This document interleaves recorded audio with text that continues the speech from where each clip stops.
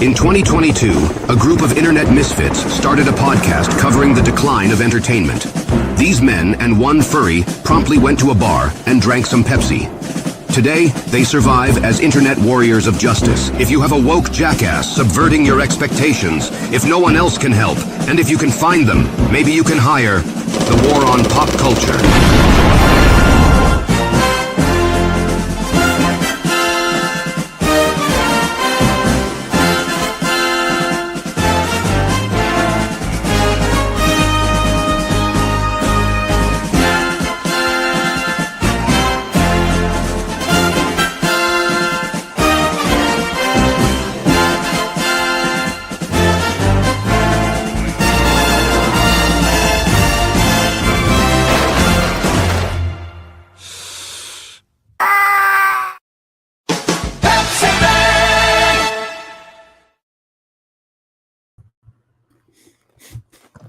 Full disclosure, we are not sponsored by Pepsi. But Not yet. Yeah. Wouldn't that be something? Oh. Pepsi perfect. There, for all you Everybody- foot fetishists out there. Everybody here has a Pepsi product except me. Huh. Hello there, ladies and gentlemen. Welcome back after a very long hiatus to the war on pop culture. I am Special Agent Spooky Clutter. It's usually he goes next. Oh, right. Sorry, I thought it was mostly you because he was pointing that way. In this case, it's triangular. I'll make that be known. Triangular. I always finish this one off. All right. Well, usually I'm Special Agent Carter Sauce. Wait, usually you're Special Agent Carter Sauce, so what are you now? Madonna. Just kidding. Just kidding. Didn't see that coming. Never mind. I'm just fucking with you. But it's Special Agent Carter Sauce as usual. And Special Agent Daner Bobaner, greetings, exalted ones. Welcome to the show. Well, it's been a very long time since we've jumped in the trenches. We've been doing nothing but live streams. So we figured maybe it's time to mix up the monotony and get back Technically, to... this is a live stream, but yeah. well, we've been doing a lot of watch parties, but Watch hey, parties, yeah. but hey, it's a new year, and well, the war ain't going anywhere anytime soon. But maybe there might be light at the end of the tunnel. Perhaps time will tell. But or are we just is this the start of something great, or just another false prophecy? Well, you guys know us. We're very cynical when it comes to announcements of things, whether it be just straight up entertainment, like, oh, a new Marvel project or a new Star Wars project, or the umpteenth time that we've been told that a certain someone is out. Aha! And Look. many more. Yes. So, one of the biggest things we're going to be talking about tonight is Kathleen Kennedy and her supposed departure from Lucasfilm. Among other things, we're going to be talking about the Oscars, talking about the Harry Potter HBO Max series, which I'm just full disclosure, this one down here has a bone to pick, and it's actually Goddamn right I do.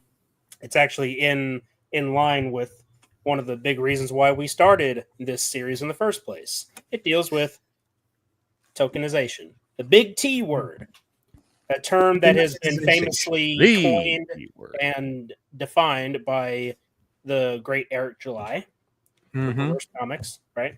So, we got quite a few things we're going to discuss tonight. I also do have a poll going, which I was kind of anticipating on the results out of the 2 votes that we had. It's a 50-50 split on did you like Kathleen Kennedy's tenure as head of Lucasfilm? So Hell the no. dick shit said yes. Who said that? Which one of you liberal cocksuckers agreed with that, huh? Who did that? Who did that? Seriously. Full disclosure, okay? And just like for those watching and tuning in, feel free to leave comments that, if there's something you want to say about it, please do. This isn't going to be like we're going to ignore any Kathleen lovers. This ain't an echo chamber for us. This is Yeah. we're just three guys with our views on things, albeit cynical. Or in your, nah. I'm not going to insult the audience. I'm not Disney.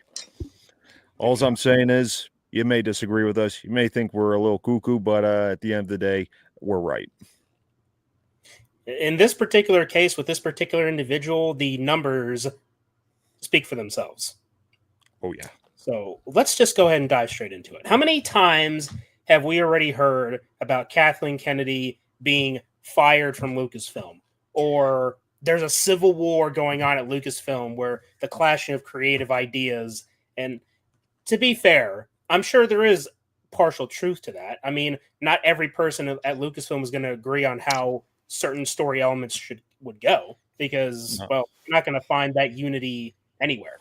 For the most part, if you have something that isn't unified, if there isn't like a set of rules that are being followed, then you're going to have, different offshoots or off branches of whatever agendas are going on under a certain brand. So in the case of Lucasfilm, you have Rest in peace. Yeah, right. At Lucasfilm, you have certain projects that have been better received than others. Things that weren't outwardly insulting to the audience, like Rogue One. And funny enough, though, that came out in the early days or early years of Lucas. Before the Shadow of the Mouse. No, the Shadow of the Mouse was already over that. It just so happens that this one came out and it wasn't completely garbage. No. Yeah. I mean, not to mention it was released around the same time as the late great Carrie Fisher passed away. Rest her soul. You keep talking about death a lot, don't you? Damn right I do. But what helped with Rogue One is that it went back to the Star Wars we knew, and narratively is what I mean. Like a movie that really only cynically exists to explain why is there a hole in the Death Star. I thought it was just kind of a synthetic choice by the architect. No. Family Guy. Whoa. That sounds like a pretty big design flaw there. Oh, no, it's fine. It's only like 2 meters wide. Not a big deal. Well, that's no bigger than a womp rat. Okay. But again, I know I sound like a broken record here on the show, but fuck, we've seen Star Wars parodies do better Star Wars than fucking Disney at this point. Robot Chicken. Oh yeah, Family Guy, fucking Robot Chicken, just name it, Spaceballs. But the point is, sorry. Yeah, thanks a lot. You got me thinking about a robot cock. I mean, chicken. Rooster. But point remains is that it became factory filmmaking for Star Wars, which Star Wars was always above that in George Lucas's tenure. It was quality over quantity. Mm-hmm. And I'd say for me, even with the release of Rogue One, even though this wasn't like a sequel, it was a prequel, spinoff, however you want to look at it. In between. Yeah, but again, that was when the writing was on the wall for me. It's like, we're getting a movie every year. Like, it's going to be a yearly Star Wars rollout like we were getting with Marvel. Now, yes, this was during the time when Marvel was still at its peak in hype and cultural relevance. Yeah, we'll be getting to how that's changed over time, ladies and gentlemen. Believe me. But then, well, the next movie in 2017 that shall remain nameless from me came along, and, well, that's when interest for a vast majority just went right down the shitter. So, yeah. Well, That's something that we can point to as the sort of nexus point of where things just started going downhill. Yeah. The Last Jedi was I mean, I don't think anybody's going to argue that it was a very divisive film. Whether Yeah. you think it was good or bad, it doesn't matter. The point is that it split the fan base to a point where arguments started to go where it was in favor of Luke Skywalker's bastardization. You mean Jake Skywalker? And other people were thinking, no, this isn't Luke Skywalker. This is Jake Skywalker. We weren't thinking. We weren't thinking it was Luke Skywalker. We knew it wasn't. Yeah. The thing about this sequel trilogy, though, for me, is that the failure started right out of the gate, because it was another J.J. Abrams mystery box movie that left things too open. It left it open to the point where, well, there was too much room to wiggle around, meaning that somebody could come in and say, well, I'm just going to fuck this up. I'm going to mess it up so bad that we have to come out with a threequel to try and undo what the previous film did, and it failed miserably. Yeah. Whether it be inconsistencies with the plot holes regarding certain elements that shouldn't even exist or happen, mainly looking at the weaponized hyperspace, still a very debated topic, even though Space Mary Poppins. It really does bring into question why we've never seen it before. I mean, look, this is still something that is discussed to this day. If you can weaponize hyperspace, what is to stop any army or faction from using it? It changed space warfare because of how effective it was. And of course, the Rise of Skywalker was like, oh, that was just like a 1 in a million shot. Bullshit. The only like, 1 in a million shot that counts is Luke destroying the Death Star. My question is, how is it, though, that that's a 1 in a million shot? Like, it seems pretty simple to me.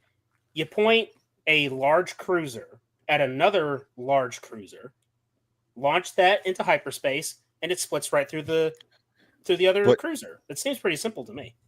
Well, it's still fucking retarded no matter how you look at it, because that's not what light speed is. It's not just you're not just simply going fast. This isn't like ludicrous speed in Spaceballs where they are going fast.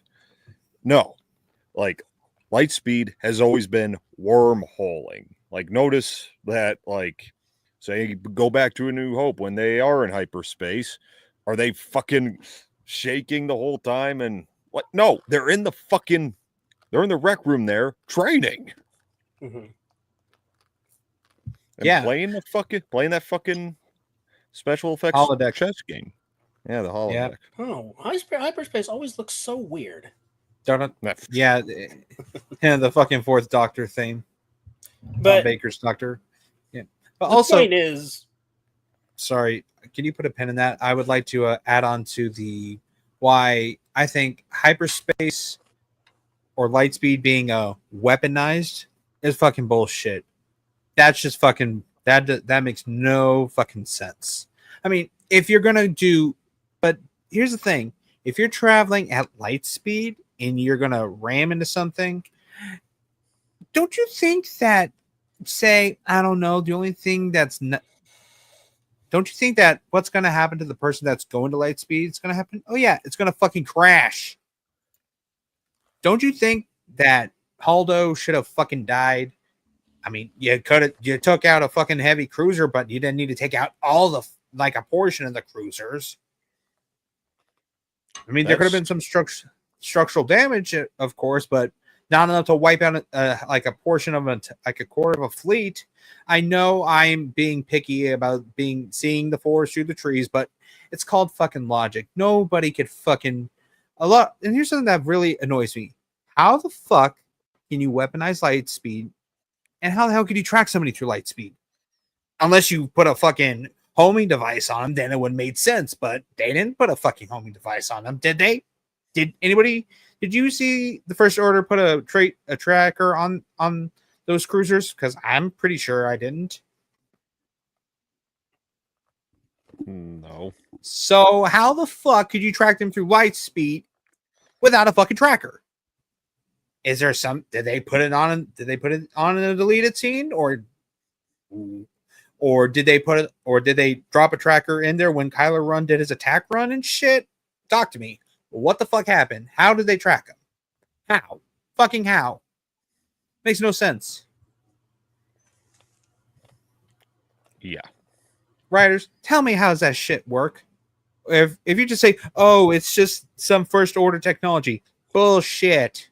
There's no way you could track somebody through light speed unless you put a tracker on them. It's not rocket science. I mean, clearly a man with half a brain could tell you need to put a tracker on someone. That's how fucking Obi-Wan did it when he was tracking Jango in Attack of the Clones. He put a homing beacon on his hull. Yeah. How? How'd they track him? That's what I want to know. We may That's what I never want. know. Yeah, because it's fucking dog shit. It's fucking, what's the term? Not bullshit, but like, in the words of Deadpool, oh, that's just lazy writing. Which it is. A lot of it is. This Yeah. same with that. That was a 1 in a million shot when they talk about the Holdo maneuver. No. 1 in a million shot. No, hang on. Bullshit. Now, just hang on a sec. That was already stupid enough as it is. Just remember, they bring in an entire fleet of Star Destroyers with weapon-destroying firing capabilities.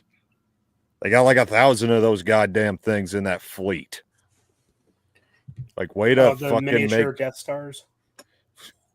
Mobile Why Death Stars, you mean? making them all Death Stars was just overkill. Like, there's over 1,000 of them. That's intimidating enough. Yeah, Enough with the fucking Death Stars. Yeah, but also having Star Destroyers fitted with cannons capable with Death Star abilities or damage. Death Star tech. Thank you. Death Star tech is fucking lazy because it's fucking. I said lazy, not lady. It's lazy.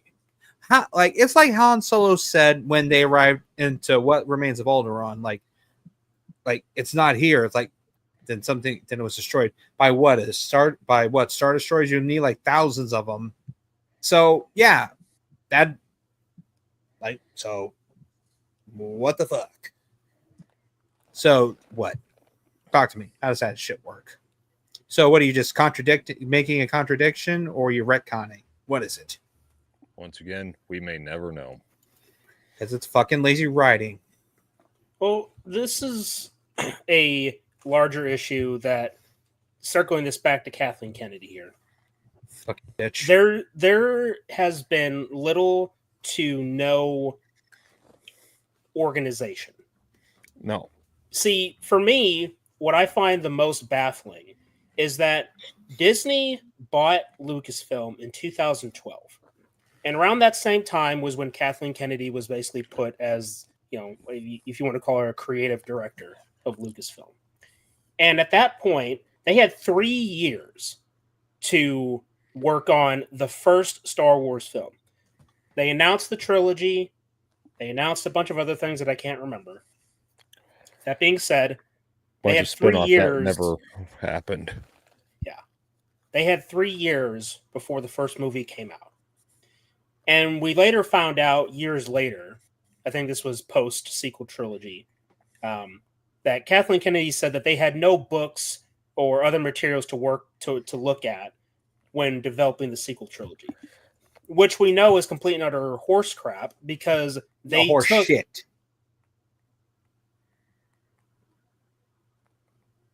Excuse me. They took plot elements from the expanding universe and placed them right in the movie. The whole idea of a child of Han and Leia going to the dark side, that's straight from the EU. The idea of the Empire coming back, straight out of the EU. The idea of Palpatine coming back, straight out of the EU. But those elements in the EU were handled with a little more care because, I mean, you talk about the Empire coming back. Like, the First Order, where the fuck did they even come from? They just kind of show up, as opposed to having remnants trying to rebuild the Empire like they did in the Jedi Knight series. And then, of course, I mean, what do we get when it came to the return of the meanest old bag of wrinkles? We got the worst throwaway line in cinematic history. Like I will die on that hill. That is the worst explanation you could put for anything in a movie. But again, 3 years. You think that considering every Star Wars movie up until that point came out every 3 years. Like New Hope, 77, Empire, 80, and then Jedi, 83, and then same with the prequels, 99, 2002, 2005. So clearly, that's plenty of time to come up with some new material. Like, even if you want to be somewhat inspired, maybe derive just a bit, but not to the point where it's, just an obvious copycat. You could have made something truly special with this fucking trilogy, but instead, we got a flashy, soft reboot of A New Hope, and then we got a pile of shit, and then another pile of shit that had no plot. Yeah. Mm-hmm. And we had spin-offs, like, again, Rogue One, to its credit, was a decent film and is still perfectly watchable on its own merits. Mhm. It's a good way to bridge the gap between Sith and Hope to an extent. Mhm. But then you got the complete and utter disaster that was the Solo movie. Ugh. Like, and it's not just because it lost money. Like, how many fucking directors did they have lined up for that movie? They had, like, I don't know, but they were always like changing directors as the movie was being shot. Kathleen Kennedy being responsible for that, like literally Mm-hmm. canning directors for that movie and other projects. Yeah. I mean, for a bunch of projects that they announced, yeah, it's losing directors left and right. Like it was going Yeah. out of style. Like they've lost directors like Colin Trevorrow and Josh Trank, who made 2 big stinkers in 2015, if you ask me.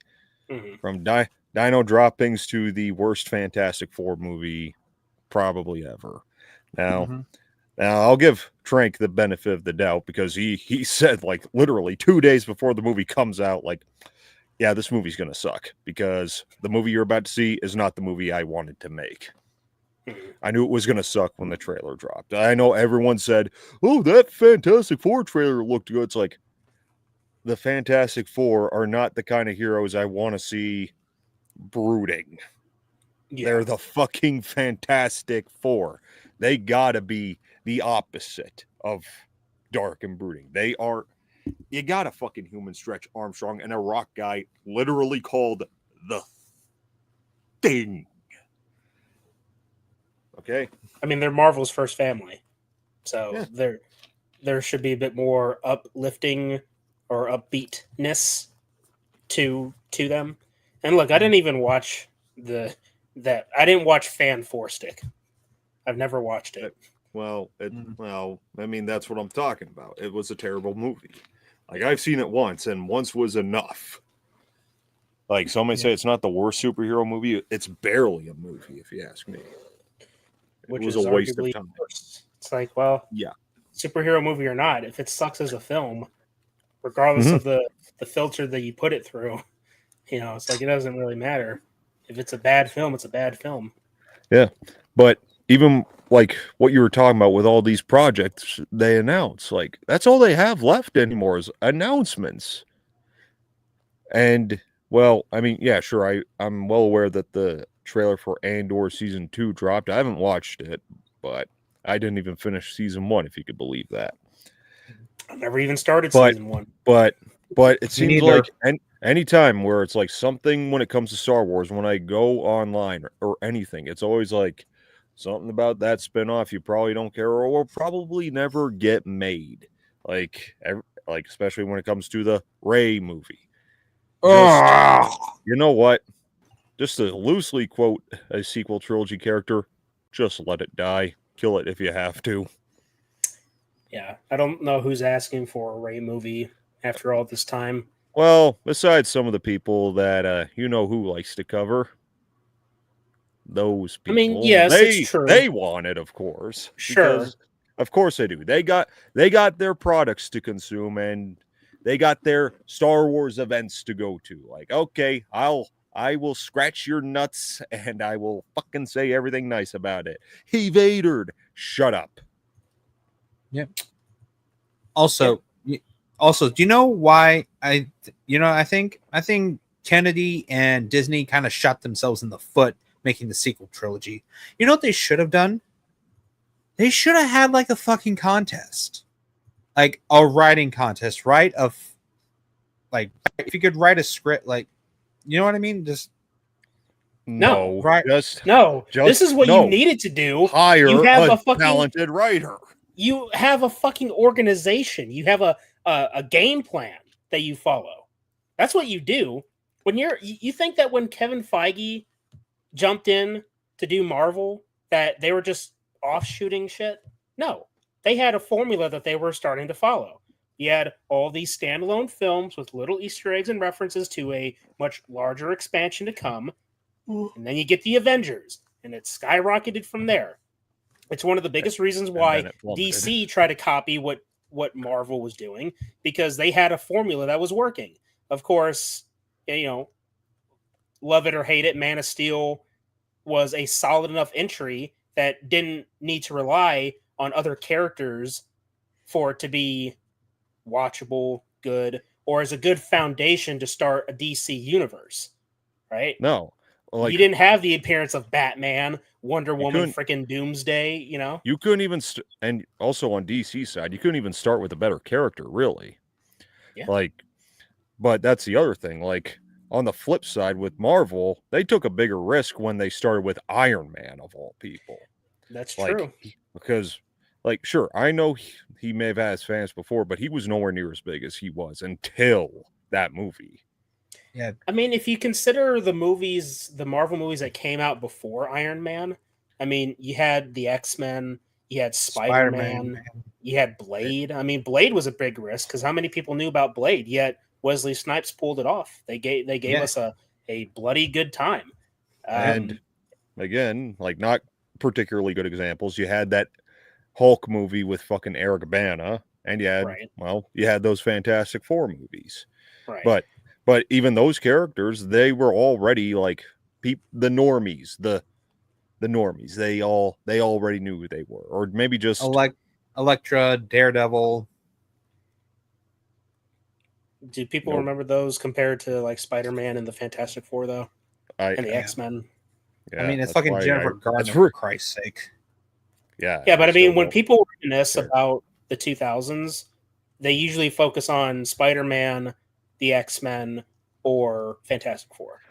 But and that's still a problem to me, because I think because of the way out the mediocrity, if you will, of the current state of Marvel and Lucasfilm and all that, I think our standards are starting to dwindle a bit, and that's a problem. People are looking back at movies, like, people will watch that. Like, let me just say this: you are free to like or dislike any movie you want. Don't let us tell you otherwise, because that is your right. Your right to that opinion, but it's also our right to say, I disagree with you, and here's why. But I'm not going to look back at, like, the playground fight scene from Daredevil and say, they don't make superhero movies like this anymore. Thank God. Or fucking Catwoman with Halle Berry when they're doing the basketball scene, and it's like a gross fetish scene, because apparently that was like the same, because the same guys that did Alien Resurrection were doing that movie. So, which also had this weird basketball scene. Yeah, that explains everything.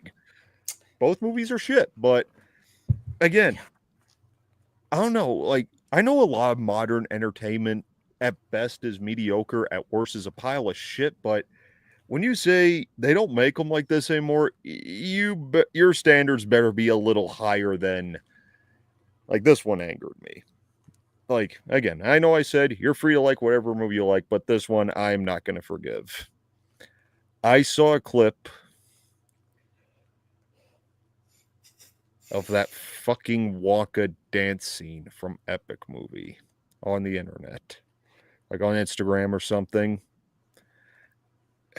And I see people saying, oh, they don't make movies like these anymore. These need to make a comeback. No, do not let those fucking movies ever come back. Don't let Friedberg and Seltzer ever come back.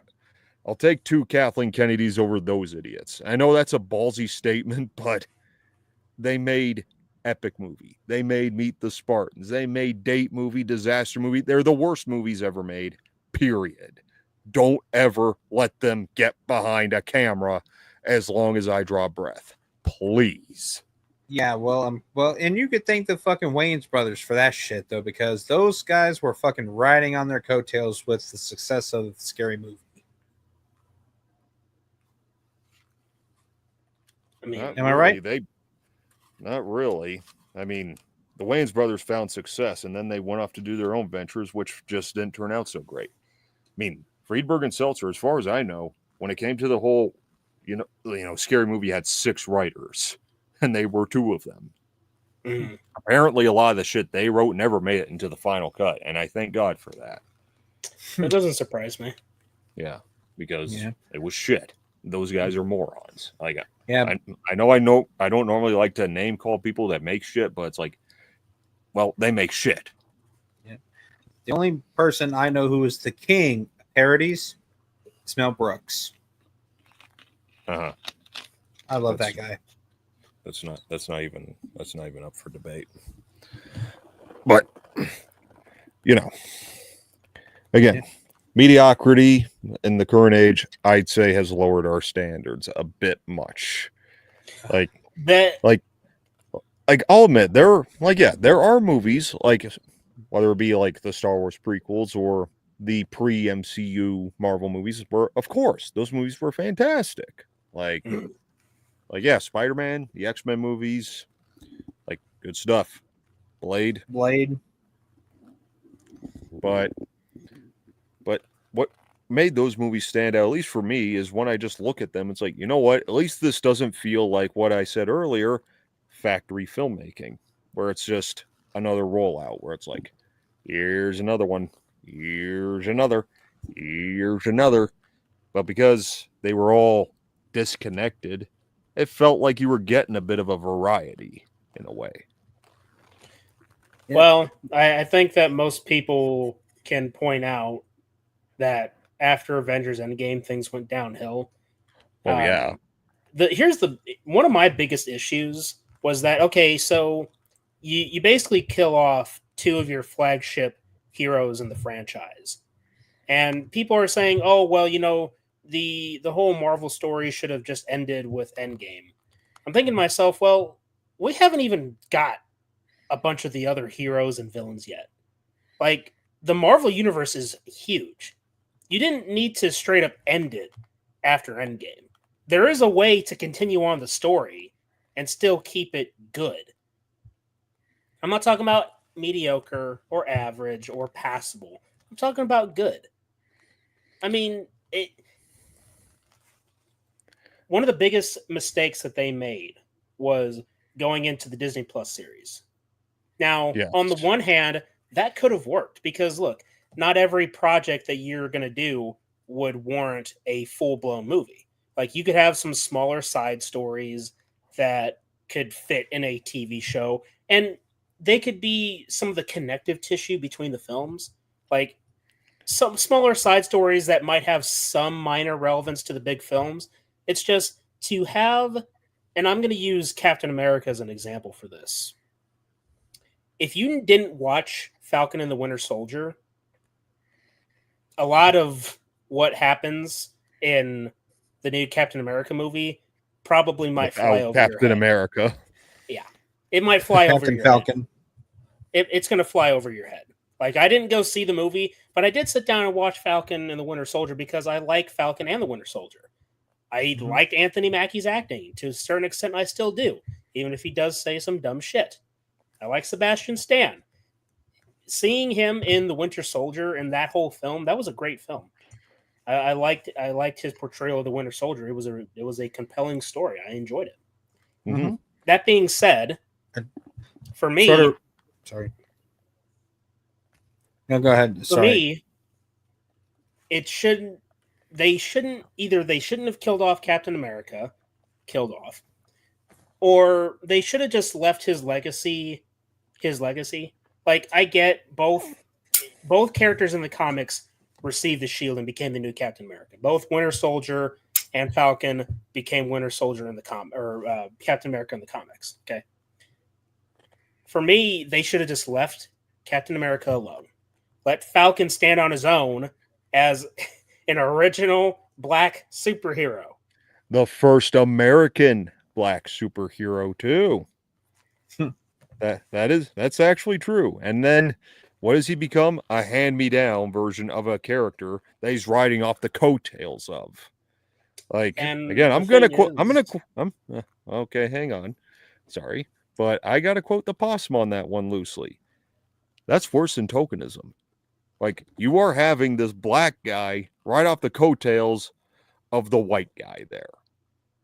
Like, and they're trying to call that progressive when you quite literally took the first black American superhero and decided, hey, that Falcon character just isn't good enough. You're going to just be the hand-me-down Captain America. Like, look, I think what we got with Steve Rogers' send-off there was still fine. Like, him having that final dance with Peggy, I couldn't have asked for anything more or less. However, that being said, if they wanted to just straight up say he has passed away, bury him with the shield. Like that, like the symbol may live on, but the literal symbol goes with him. Like, that's his legacy. Let that be his legacy. But instead, no, pass it off to someone else to call it progressive, to cater to the slacktivists that think that, hey, I went and saw this movie. That means I'm a good person. Anyone who dislikes it is an evil bigot.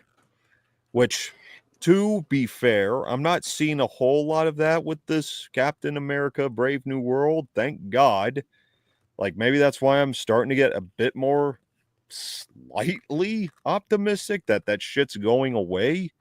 But never say never.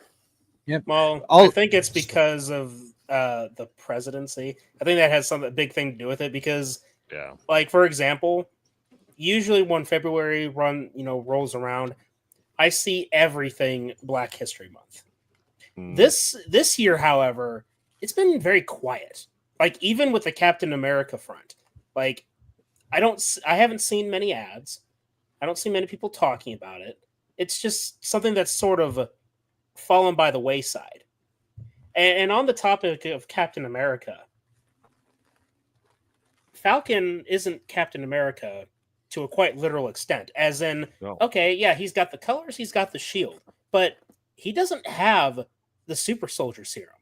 So my question is, how the hell is it that he's going toe-to-toe with a Red Hulk and not getting crushed like a melon? Like, seriously, that is a big issue. Because, yeah, you know what? That shield is very powerful and can probably withstand a lot of damage. The thing is, that was tailored with Captain America and that super soldier serum, allowing him to be able to hold that thing up with great strength and not get flung backwards. Because, look, if you were to go outside right now, get a metal trash can lid, hold it up, and then try and withstand being hit by a car, which is roughly what would happen if you were punched by the Hulk. You're getting hit by a car. You're going or getting shot with a 40mm grenade.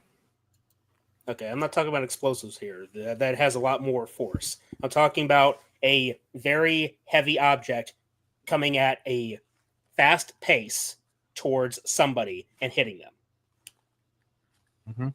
Carter, with an explosion, you have a hit, yes, but there's also an explosion that would cause even more of an impact. That's why I use the car analogy. All right. Yeah. Right. The point is, Falcon would be mush being punched by a Hulk, even with that shield. He's going flying, but that's not what happened. The shield will doesn't- be fine, but he won't be. Yeah. You had to pair the super soldier serum with the shield. You know, they kind of go together like peanut butter and jelly. Mhm. You know, and to not have that and to call him Captain America without realizing, like, yeah, you know what? Anybody can be Captain America. Anybody can represent America. It's just to be the literal hero that fought in World War II. You needed the shield. You needed that super soldier serum. Because if you didn't have that super soldier serum, it would be a scrawny kid holding a shield that's heavier than he is. And he would have been dead. Yeah. But nobody Yep. thinks about that. They Yeah, just also- they look at Falcon and they just like, oh yeah, he's Captain America because he picks up the shield because it was a mantle being passed down. And again, just like Eric July, I always find the mantle argument retarded because at the end of the day, it's lazy. For all you Miles Morales fans out there, the character is lazy. The character is uninspired. He's riding off the coattails of the actual Spider-Man. And look, I get it. If you like Miles Morales, you're going to continue liking Miles Morales. Nothing I'm going to say is going to change that. That's fine, whatever. It's just the character is not as popular as you think. Oh. Yep. Also, can I add to when you mentioned watching Falcon and the Winter Soldier? No, That's- you cannot add anything. Just do it. All right. So in the episode where these government agents saying that, I forgot who it was though. It was either Falcon or Bucky. To hand over Captain America's shield because it's going to go in a museum. Oh, it was in a museum, all right, for 5 minutes, and then you took it and you gave it to some fucking knockoff dopey looking motherfucker. Like, why would you do that? Then it's kind of funny. In the words of Dr. Jones, that belongs in a museum. So basically, just like it was like, what the fuck was it? I think it was in a Winter Soldier, I think. Or was it in the first Avenger when I forgot which one it was, but remember when there was this they had like a museum dedicated to Captain America of World War II, and Captain America steals his iconic his fucking outfit and stuff like that. Like, at least put it on display dedicated to Steve Rogers, the Captain America. And don't fucking just put it there for 5 minutes and just say, oh, well, this is fucking government property. Might as well give it to this new guy over here. Hey, welcome aboard, Captain America, blah, blah, blah. Like, ugh, god damn. You know how fucking stupid that is? That's like taking, I need a fucking good comparison to something. Hold on. Sorry. My fucking mind is blanking. God damn it. Oh, that's like taking the fucking rifle that killed JFK or Osama bin Laden and taking it to a smelter.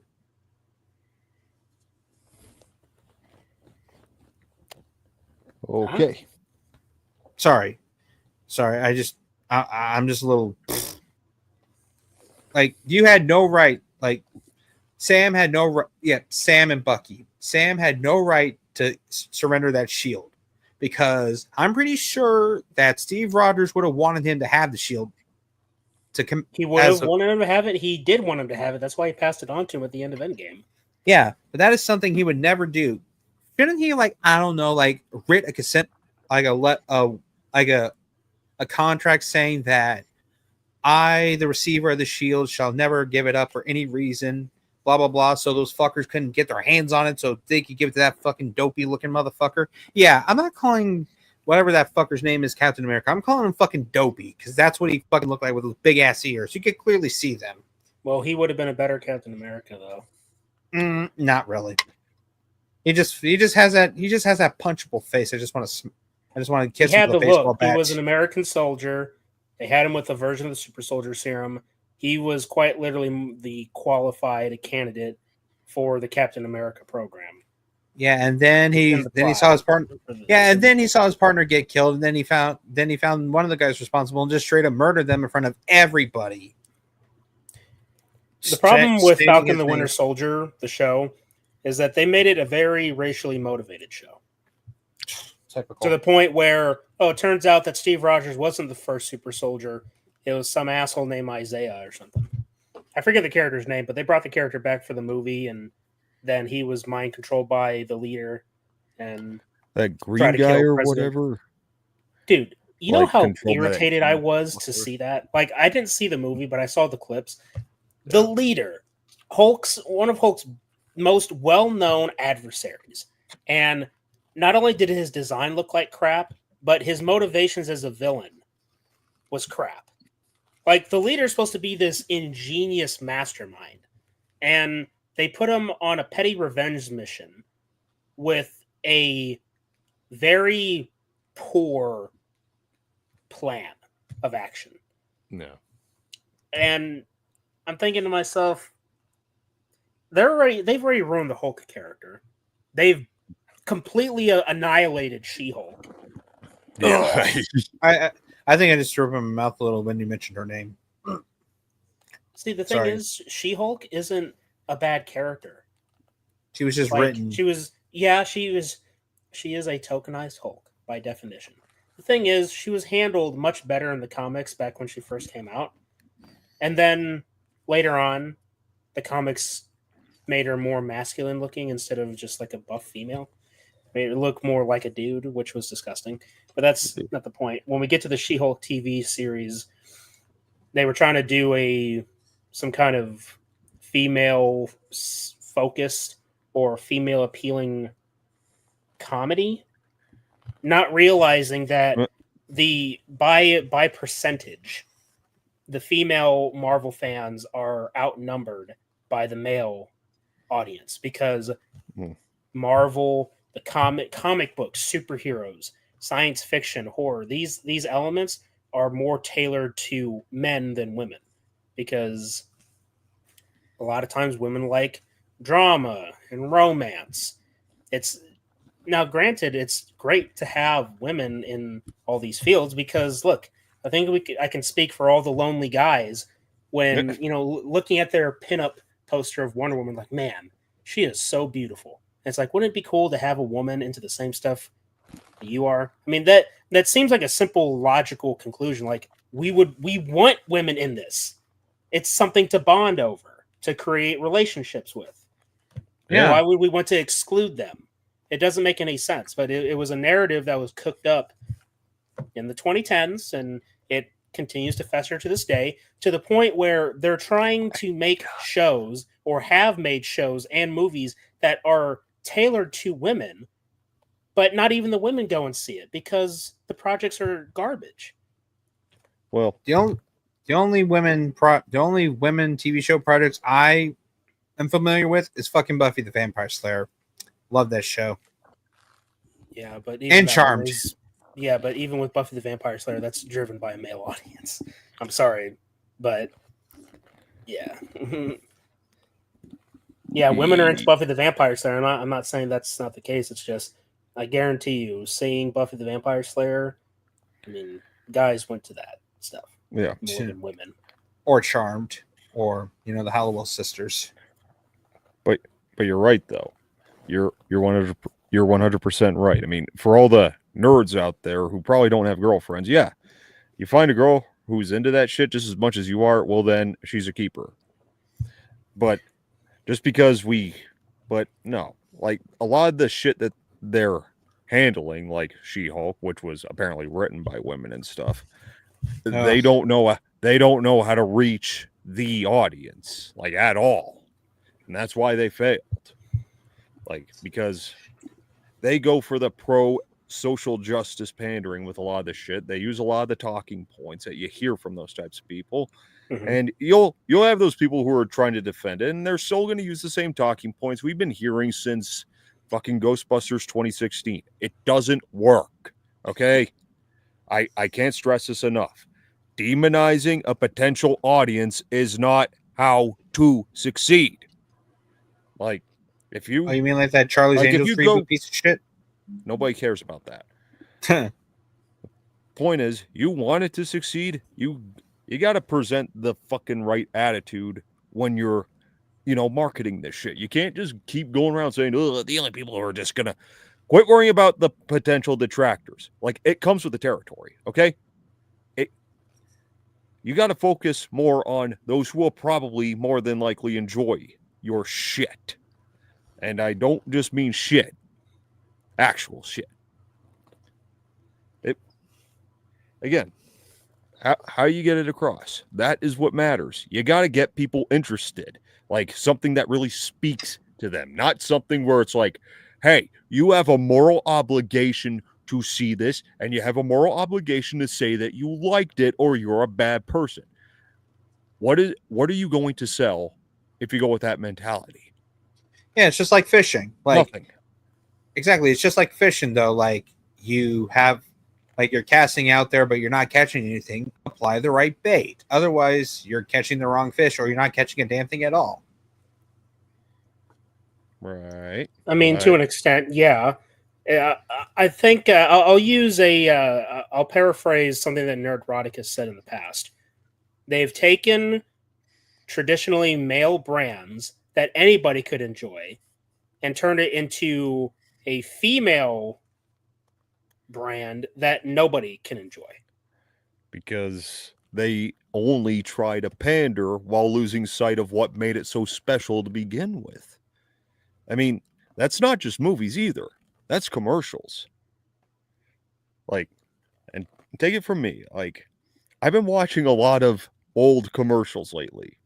They got their nostalgic value and they got a little spot right there.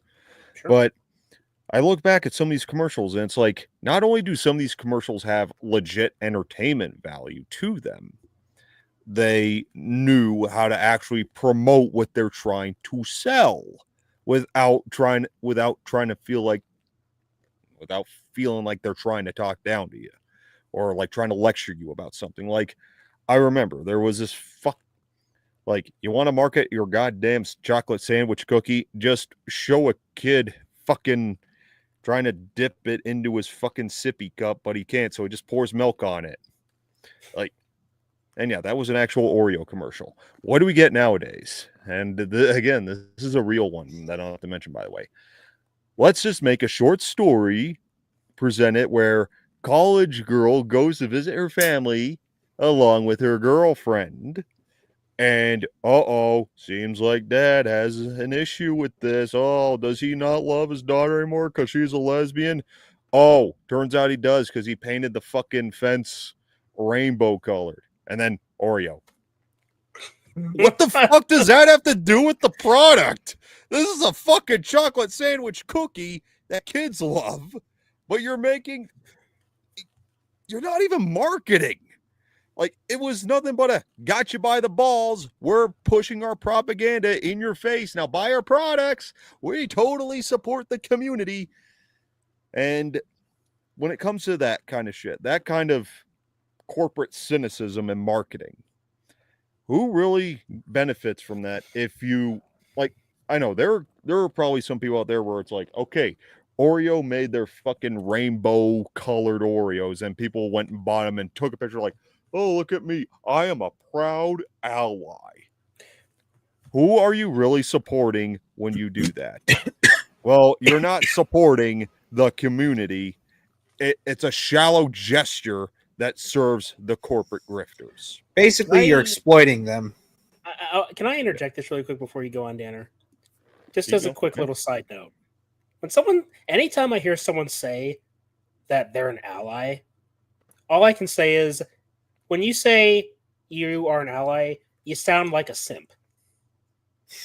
A slacktivist. Because that's exactly what it is. Simp and slacktivism. That's exactly what it is. It's like if people need to fucking put I stand with Ukraine on Facebook. It's like, or Black Lives Matter. No. I'm gonna stay mainly on this whole Ukraine thing because like, for people who always go out there, like, yeah, I know some people who are. It's like, if you're brave enough to just post that on social media, why don't you go to Ukraine and actually stand with them there? No. It's much easier to sit in the comfort of your own home here where we're not actually affected by this whole thing, by the way, and talk and just say, I stand with them. You're writing it on your overpriced phone from the comfort of your home, not affected at all. You're doing nothing. You are virtue signaling. That is all it is. You're not doing a goddamn thing. And for anyone that does that kind of shit, I just want to say this. I sincerely, from the bottom of my heart, don't believe you. I don't believe you. You are not really giving two shits about any sort of crisis that is going on in the world. You just want to give everyone that can see what you're putting on the internet to think that you are. It is a performative thing. It's a, look at me, everybody. I'm such a good person. I have said this more often than not, and this could be fucking written in the damn stones for future historians for all I care. Those who set out to prove they are the good people are more often than not the bad people, because they have the most to hide. They're like, it's kind of like how ones who constantly try and make an issue of race where it wasn't an issue to begin with, like the kind of personnel, the kind of white knighting, if you will, the white knights, like literal white knights will go out there just trying to prove I'm totally not racist. See, I kissed the black guy's foot while he was just walking on the street wearing my BLM shirt or something. It's like, you and I were thinking of the same exact thing. That is scary. That's hilarious. but yeah. But the point remains, that kind of person who would do something like that probably has the most skeletons in their closet when it comes to any sort of racism. Mm-hmm. They are trying to hide it. It's called wearing a fucking mask. And considering a lot of those people were all about wearing masks for a good couple of years, it became literal. I still see it. Still see it to this day, 5 years later. Oh yeah, still do. And it takes every ounce of willpower within me not to point, laugh, and ridicule. Yeah, because I just saw a fucking cashier at fucking Twin Liquors earlier wearing a fucking muzzle on her face. I'm like, lady, it's fucking 2025. Take that fucking shit off and leave it in fucking 2020. And I know this doesn't affect you guys, but we've got even bigger dumb shit going on here. Buy Canadian. That has become the new get the shot, wear a mask. That has become the new thing up here. Oh, God. Where it's like, Christ. You know what? Just for the hell of it, I'm going to go to the candy stores and buy twice as much vanilla Coke now. Because, that's American. Those are imports. So I'm just going to buy more of those from now on. And the people who are doing this shit, it's like, you're not doing any favors. Like, I'm Team Canada. I ask you this, where the fuck were you when we were getting trampled on by our own government? Where were you then? Your boots. Complying. You were complying with their totalitarianism. Like, hey, you can't do anything unless you get the shot. You fucking sat down and took it. But now that the Orange Man is involved with the whole tariffs thing, now we have to get involved. And look, I don't take sides with politics normally, but again, for any airheaded Canadian out there that just wants to point at Donald Trump like, oh, the tariffs, it's all his fault. Who put us in this state of vulnerability to allow it to happen? The bastard of Castro. Well, kiss him goodbye. Like his tears, like that video of him crying was like, I wanted to just throw up shit and then just put it all in a shot glass. And no, I didn't say anything about drinking it.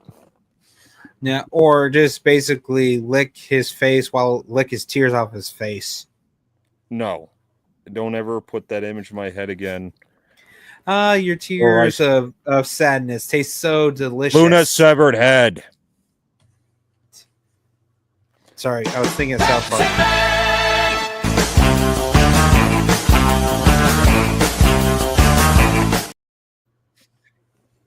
Take one toe over the line, and that's what you get. What a weird image in my head. This is what you get.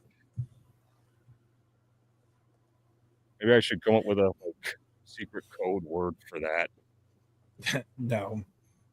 Just say, Well, that has become a meme on the channel, and it is now a trigger button. So anytime something gets out of line, i.e., when Mr. Sauce gets out of line. But anyway, with everything that happened, like with our own like crisis, I would call it, thanks to Castro's son there. His Like- bastardo or his little mistake. Little mistake. That doesn't even begin to do it justice, like at all. But we're not going to get too far into it. But point is, he fucked everything up. And I'm going to say this, Trump's not after us. He's after him. And what's he doing? He's crying and running. That's all I'm going to say on that topic for now. So, and okay, enough with the politics. Thank you. Let's address something else. Like, hey, how do we all feel about some of the passings we have gotten? Like, some people have departed and the Oscars forgot about them. Yeah. Like recently, even though, well, just recently, and recently, goddammit, and especially in the past year, two I could name off the top of my head. Shannon Daughtry, who was also in Little House on the Prairie, Heather's Charmed, Michelle Trachtenberg, rest her soul. All right. And you know, yeah, Mallrats, Eurotrip, Truth or Scare, Ice Princess, Gossip Girl, Robot Chicken. Yeah, turns out that if you've seen Robot Chicken and you know the gummy bear that steps in a bear trap and she's screaming her fucking head off, yeah, that's fucking Michelle Trachtenberg. I always thought that was Mila Kunis. Well, besides them, like others that my question is, why would they be neglected? Like, not just them. All these others who were neglected, like Olivia Hussey, she was apparently neglected. You know, someone from the some will call the slasher that ran so Halloween could walk, but that's debatable. mm-hmm.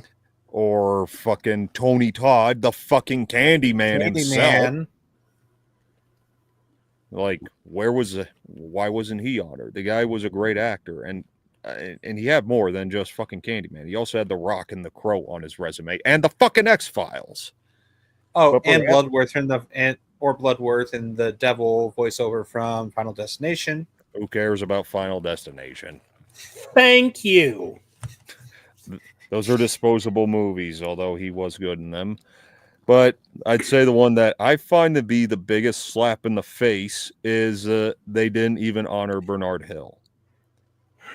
Like, we're talking about the guy who, you know, steered the Titanic right into that iceberg. And it's still an important role for a very well-made movie that I just don't care much for. Like, I'm not going to deny that its technical qualities are great. It's just the movie itself. Not a fan. No. But more importantly, and probably even to a bigger crowd out there. Oh, and to answer your King Theoden. King fucking Theoden from The Lord of the Rings. Close to our heart, I'd say. Yeah. Actually, he didn't steer the Titanic. He played Captain Smith, and he wasn't on deck at the time. So, point is, he was the fucking captain, and furthermore, I don't give a shit. Thank you. Piss off. Yeah. Okay. Full disclosure, and that's the other thing. Those movies swept the Oscars. That's the other thing. That's very true. That is very true. See, full disclosure, I didn't watch the Oscars. I haven't watched the Oscars for the past, well, I want to say at least 10 years. I haven't watched the Oscars. I don't care for it. Because at the end of the day, for me, here's why. At the end of the day, yeah, I mean, it is a bunch of Hollywood elites just kind of wanking off to each other. when Ricky Gervais hosted, The that was Golden awesome. I mean, Globes. even then, I didn't watch it, but I watched the clips of him when he said what he said. It was beautiful. He's Yeah. like, just get up here, get your reward, thank your God, and then fuck off. That's all there is. That's all there is to it. Like, the one that sticks with me the most from that little quote was, "You know nothing about the real world." It's like, yeah, because these people have made a career being, what's that term? Characters. Adult pretenders. Adult pretenders. Thank you. Pretenders. Adult pretenders. That is what they made a career out of. Backtrack Cinema. How you doing, Hey, J-Man? how you doing, buddy? Hey, Welcome man. to the War on Pop Culture. Good to have you. Yeah, but also I know that when I was little, I religiously watched the Oscars because, well, believe it or not, no cap, my dad was the stagehand for the Oscars. He helped put up the set and he helped strike it. So basically, he would come home and go to LA, work on that, and then come back. Interesting. Yep. At least that's a decent enough reason. But what I don't get anymore is why people are always like live posting this shit. Like, I know we know some people who do that, but it's like, why? Like, Yeah. like, we're gonna find out what happened at the Oscars, whether we like it or not. Like, sorry, Brett, man, I remember he's like, "Oh, come on, Daner, Will Smith just slapped Chris Rock." So what? But even with some of the shit that happens at these Oscars, from wardrobe malfunctions to people getting slapped or fucking someone reading the wrong fucking paper. I see the best movie, La La Land, when actually it was whatever that fucking movie it was. Moonlight, doesn't matter. Point is, while some watching, the normies will look at that and go, whoa, what was that? That was pretty crazy. Well, just kind of like something else I kind of wanted to touch on here. Maybe this will be my smooth segue into it. It's a publicity stunt. It's to get in the ratings. They got to do something wild because even if they don't get all the ratings while it's live, people are still going to, there's something called social media. People are going to talk about it. People were talking all about the fucking slap. People were memeing the shit out of it. Yeah, especially probably dubbing or having that song of Never Had a Friend Like Me by Will Smith playing over from Aladdin, the god-awful Aladdin. I've never seen it, and I don't care to. Thank you. Again. The clip. I've seen the movie, and that was the last. I saw the movie. That was the last one. That was the last live action one I saw in theaters. Like, this is it. You fail, I'm done with you. That's when the back got broken for me. Yep. But anyway, speaking of publicity stunts, let's see. The Bill Gates of Twitch streamers apparently getting fucking a home invasion and pistol whipped, but was still able to tweet about it. Now that is weird. Yeah, fucking Amaranth of all people getting a home invasion, getting pistol whipped, tweeting about this shit because apparently they made her do it, and then she led them to, like, I don't know, a guest house or a garage or something, and she shot one of them. Now, of course, because we're talking about Amaranth here, people are speculating, was it real or not? Well, as stated at the beginning, we're cynical around here, and I only care about the truth here. But as far as I'm concerned, I consider every possibility until we have the unmistakable, honest, God's honest truth. So, where do I land? Publicity stunt. Now, despite where, I'm sorry, and like Conan O'Brien calling Adam Sandler out for his casual attire. That was a publicity stunt. Yeah, well, I don't really care about that because Adam Sandler could do whatever the fuck he wants. That was the only highlight of the Oscars. That was good. Like, he just went, hey, I'm just wearing my casual Friday outfit. But point is, there are people who are still dumb enough to believe that that was real. It's totally real because there's the police. That police department that got involved tweeted about it too. Looking at you, yeah, like, I'm sorry. I don't want to completely disrespect someone here, but Melanie Mac, you are so naive to believe this shit. And that's the problem I have with a lot of people on the internet anymore at all. If their beliefs align with mine in some way, or if they do something that align with my beliefs, then I have to believe them. No. There are two simple words to live by. Question everything. Which is why I'm going to say, no, I think Amaranth had the police on her fucking payroll. We are talking about who is not only probably the most popular OnlyFans Twitch streamer or whatever, because she's big in both departments. She has her own little empire. So she could just say, here's the check. Let's do this. Yeah, and in the end, she's making more money off it anyway because more people flock to her and buy her stuff. I mean, it seems pretty simple to me. Don't buy her fucking scented candles. Ugh. Even I won't sink that. I wouldn't even want to sink that low for anyone. I don't even want to think about how the stuff is made. You know. Yeah, it was some probably special.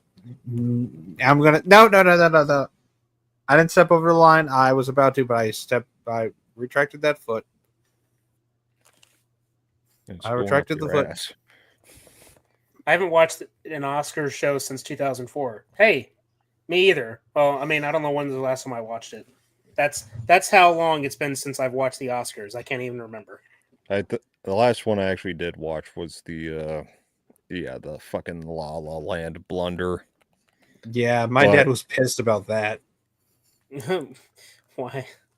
Well, he didn't work on it because he's retired, and he saw that it was a talk of it. But when they announced it, like, and the award goes to Best Emma Stone, La La Land, I'm like, what? The fuck? That's not how it went. She did win the Oscar for Best Actress. We're talking about the Best Picture award. I was talking about the best film award, but the best movie. I'm talking about the movie. Like they read the wrong thing. They got the wrong envelope.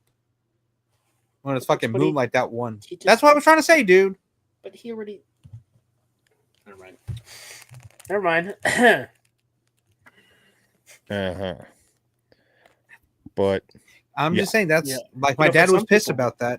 I was saying my dad was pissed about that. I'm sure a question has come up. Who the hell is Amaranth? Yeah, who the fuck is that? Well, I hope some people. I mean, I know who she is, but yeah, I think it's pretty funny to imagine someone's going to pop up in the stream and say, "Hey, who's Amaranth?" It's like, oh, just Google it. Google it. There's no need to. In the words of the possum, there's no need to concern yourself with her. Yeah, talking about someone else.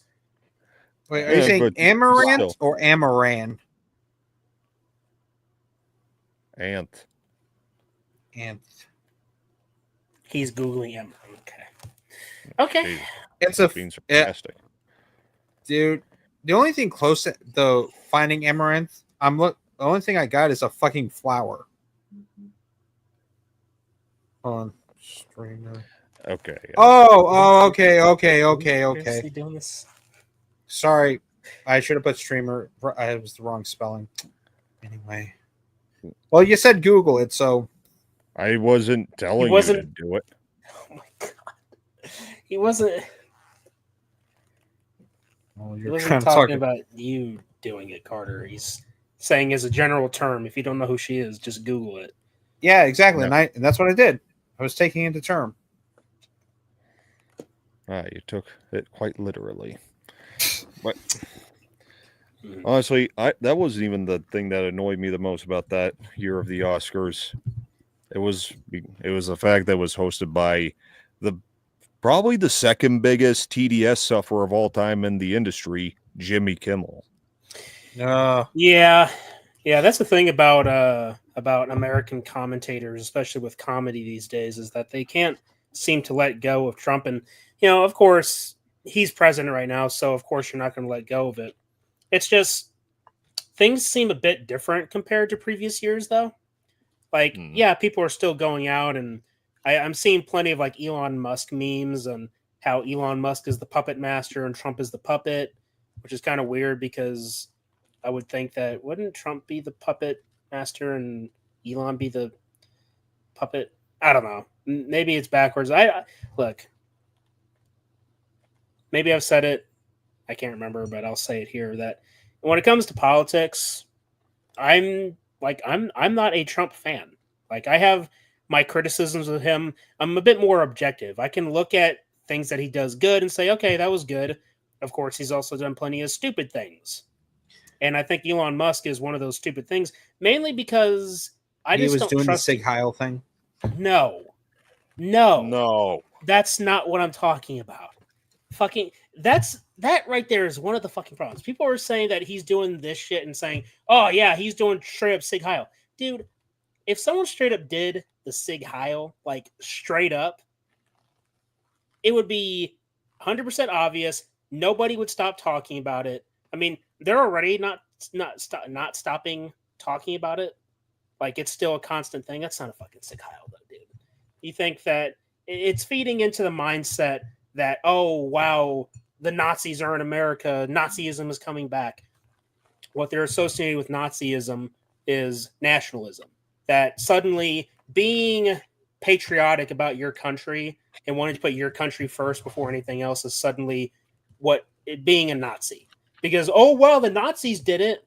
That's like the logic of, well, you know what? Since Hitler drank water, anybody who drinks water is a Nazi. Like Hitler that's also level of liked stupidity. dogs. Did you know that? Hitler that? liked dogs. So Oh. I guess if you like dogs, you're a Nazi. Isn't logic fun?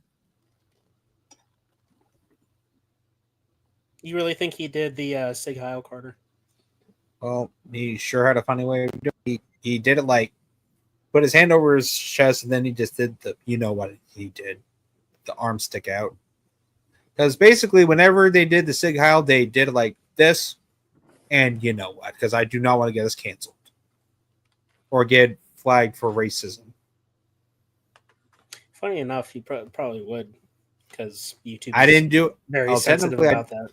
Well, I didn't do it all the way through. I only did part of it. I never said you did. I know. I'm just agreeing with your point. Because they'll take anything that is even remotely similar and say, "Oh, look what they're doing. They're doing the thing." Yeah. But apart from that, at least one good thing that Elon Musk is doing, besides being fucking creating Tesla, fucking defending Gina Carano, that I could sort of respect. But when you team up with an obese Oompa Loompa, the vote's not in yet. The word to John McClane. What do you mean? Do I trust him? Like I said, I don't trust the guy, or I don't know. The vote's not in yet. I mean, I can straight up say it. I don't trust anything when it comes to politics. You think these politicians are in it to help you or help anybody other than themselves? Yeah. The whole system. Look, I don't want to go too deep into the politics, even though we pretty much are already. I'll just say this. I don't trust politics of any kind because at the end of the day, I can look at the situation and say that the game is rigged one way or the other. Left wing, right wing, it's all part of the same bird. It's a chessboard. And the bird ain't here to help us. So, I can like things that are being said on both sides and say, yeah, I agree, or no, I disagree. That's kind of how it works. Being able to be neutral and understanding that, hey, you need to take yourself out of the game to realize that there's a game in the first place. Unplug, to use a Matrix term. Because at the end of the day, neither side has it 100% right. No. So staying neutral is like the best place you can be, because then you can be more objective when it comes to topics, because you're not going to be biased. You'll say, oh, well, side A is saying this thing and side B is saying another thing. Either one side is right and the other side is wrong, or they're both wrong. You're like, well, I'm not going to listen to any of you, so piss off. Yeah. Once on one side, they're going, you're a bunch of Nazi bigots. On the other side, you're a bunch of woke retards. That's like it could be stupidly black and white, but it's not good versus evil. Yeah. Now back to that whole being neutral, being politically neutral. I wanted to bring up something that happened a couple months ago, but it's worthy of a quick discussion. Damien Leone and his stance on the whole thing, where he was tweeting how he tries to remain as politically neutral as possible. Like that, a lot of people that he's worked with on the Terrifier movies, they're all across the board when they vote in politics. And how he's citing how he doesn't want to base how he feels about anyone on any of those things. Like he doesn't care like who you voted for, whatever, just as long as your intentions are pure and that you're a good person at heart. It's like everything that Damien Leone said. Like I'm being loose about how he quoted. I don't want to dig it up, but the point is he was on point for me. Like I agree with what he said 100%. Like I don't care if you vote. Like even for people, I know there are people in my family who voted for fucking Trudeau. That's when it comes to voting, that's your right. I'm not going to tell you who to vote for or how to vote. Why the fuck would I? That's the opposite of what any sort of tolerance or even democracy would even stand for. It's like that's fascism if you tell people who to vote for, isn't it? Like you're maybe not total, but you're taking a step in that direction. Right. Like vote for whoever the fuck you feel like. I'm not going to demonize you for it just because I disagree with you, but I'm so fucking sick and tired of everyone playing the whole everything is political, and it's just my side is the right side, and you're either with us or you're against us. And that's what a lot of people were even doing with Damien Leone. They were playing the whole no. You have to stand up and speak out against this and that, because if you don't do that, then you're not one of us. It's like that makes things very problematic, and I don't use that term very much. But yeah, I kind of hate the word, but you're not wrong. Because put yourself in the shoes of someone making a film, and you decide to hire people that have such a dogmatic view on politics to the point where they say, well, director, if you don't have the same politics as us, then we're just not going to work for you. And what if you're very reliant on these people where you've sunk an ass ton of cash into this project and you are dependent on these people to help get the project done, and they back out? Like, there are so many issues that can to have that happen. And it's one of the reasons why people like Gina Carano was fired, or people that don't get work, and why it's even hard for the people you don't hear about to even speak up. Because, Gina Carano said it before that there are quite a few people in the industry that aren't aligned with the identity politics driven nonsense. It's just they're too afraid to speak out. And for some people that do speak out, that they don't have a big following, which means that not everybody's going to have the support that Gina Carano did. Like, what if it's some low-line assembly worker on the movie set that speaks out and then he gets fired? Who's going to help him out? Nobody's going to even know who he is. They don't know his name. They don't know what he looks like. That's the problem, is that Hollywood has been so dominant by a certain political viewpoint or ideology that you can't be the opposing side and keep a job. Which is why it's so important to keep things neutral, because at this point you come to the realization that everybody coming into this establishment is from different walks of life, which means they're going to have different viewpoints on things. As long as we come to a common understanding that we leave the politics at the door and focus on our work, then we can go forward making good movies. Look, it's no secret that people, particularly filmmakers, directors, have agendas or messages they want to put in their movies. The difference from today to back in older times, in the 70s, especially the 80s, is that they were less heavy-handed with it. If you're smart enough, you can pick up on the messages and they can still annoy you. And the funny thing is that I think that's coming back, because with the whole Trump administration doing the whole, is essentially scraping out the DEI stuff from these different companies, people are like, oh, they're finally walking back on some of these policies. No, they're not. They are taking advantage of the situation. They're not going to, because think about it. They're losing money making identity politics driven garbage. At the same time, it's who they are. They're not going to fully scrap it. They're going to find ways to undermine the system, to still do the bullshit that they've been doing, but they're going to do it on a much lesser scale to remain undetected on the radar. That's what's happening right now. So when you see these articles saying that, oh, Amazon or Disney's dropping these DEI requirements, they're not straight up eliminating the stuff. They're just trying to cut certain bits off to remain favorable in the eyes of the government so that they can continue doing their BS but remain under the radar while doing it. So that is the definition of saving face right there. Yeah, there you go. People got to realize you can disagree and still like each other. That's true. Oh, yeah, 100%. I walked into Walmart the other day and Star Wars aisle was scant and repackaged bullshit. Yeah. That's because Star Wars Probably is not what it used $2. And then again, even then, that's too much. Well, depending on what it is. Well, you get the overpriced stuff. I mean, I'm curious because you said you had one, right? The Kylo Ren helmet, Black Series. You said you had it, right? I don't have a Kylo Ren one. Here, give me 1 second. I'll show you what I got. Oh, all right then. Mm-hmm.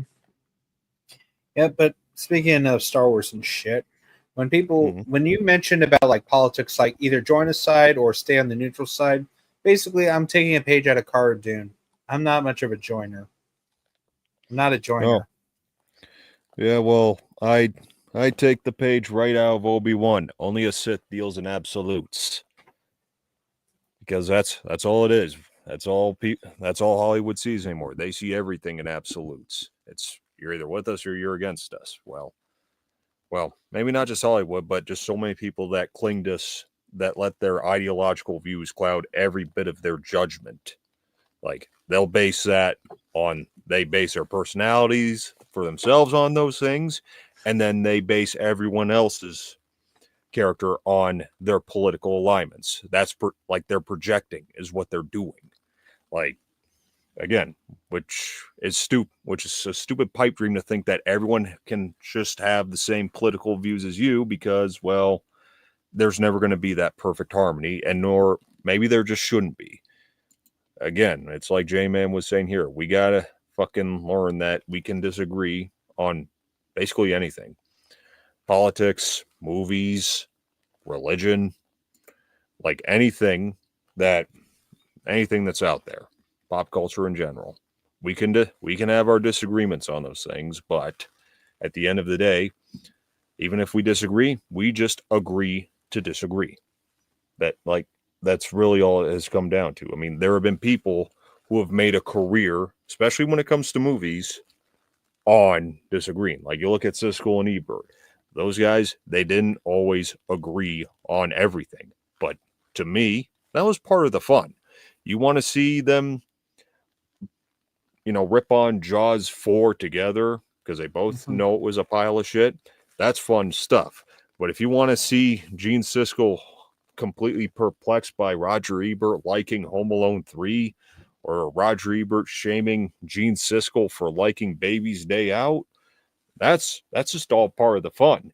Like they're not being completely serious that they should be ashamed because everyone has a right to an opinion. They knew that too, but they just I disagree with you wholeheartedly. I think you're a little nuts, but that was just the entertainment. That wasn't it. Welcome back. Thank you. Sorry, I took the opportunity to have a bathroom break. No worries. I tried to keep this ship afloat as best I could. Hey, you're doing a good job. Thank you. Let me see. You're welcome. Dude, the Star Wars merch is freaking expensive. Well, that's the point I was trying to make. Like, you know what? I actually have it right here because it's sitting on my shelf because it's right here because it's not worthy to be with my other helmets. But get up here, you piece of shit. Like I still have it. It's all covered in dust, as you could clearly see. Mhm. But I'm wondering how much something like this would cost nowadays. Always remember this. Yeah, it is curious, and that Because is something I would do. I'd like to circle back with Star Wars. Is we'll Now- get to it, but briefly mention it before we go on it. Before we But go on, is how like the decline, like in the brand itself, yeah, in regards to like merchandise, because people like to point out like, so when we say that Disney killed Star Wars and they say, oh, Disney killed Star Wars, but look at all these X projects that they bring up, and I'm thinking to myself, you do realize that Solo lost money, like it Trailers are objectively weird. failed at the freaking box office, to the point where even though the Rise of Skywalker made money, it still lost money. And I always bring this up, that if the sequel trilogy and its characters were so popular, why aren't you seeing more projects about them? Like, if Rey is such a great character that everybody loves, and she's that good, why is it taking so long to make the Rey movie? because, But well, I'll we'll tell you get to what, that. lack of interest. But I wanted to circle back to what I just had there. Yes. That thing cost $80 when I first bought it. Yeah. Only $80. Now, that is cheap as hell compared to, like, look, some of the merch they may sell, you will find a diamond in the rough. I'll admit that. I bought some myself because Sure. I'll admit sometimes that inner consumer in me, that geek that just likes to consume something, or it's just like, that's just something I've always wanted to have in my collection. I might get it, like whether it be Luke Skywalker's green saber, Darth Vader's helmet, Obi-Wan's lightsaber. You know, there may be some exceptions when you find that diamond in the rough there. What you got? So maybe unpopular, maybe not so controversial. This is the helmet of Bo-Katan, Mandalorian, played by Katie Sackhoff. I like the character. Both live doing- action and anime. Well, Sorry. yeah, because it's Katie Sackhoff. She's hot. Like, full disclosure, it's one of the reasons why I bought this thing, even though it doesn't have her face. But I like the helmet design. And I don't have a Mandalorian helmet, and I got this for a pretty good discount at my work. So, yeah, I only got it for, it was about $60. Ooh. And I also got a matching, well, sort of matching, but it was a little box set that included her headband and some Mandalorian pins right here. So you got these pins, and then you got her little headpiece right there. Yeah. Which doesn't fit on my head, unfortunately. But I mean, it is what it is. I like the little box set, and I got it for a great discount. And I'm like, yeah, I like the character to an extent, even though they made her. Wow.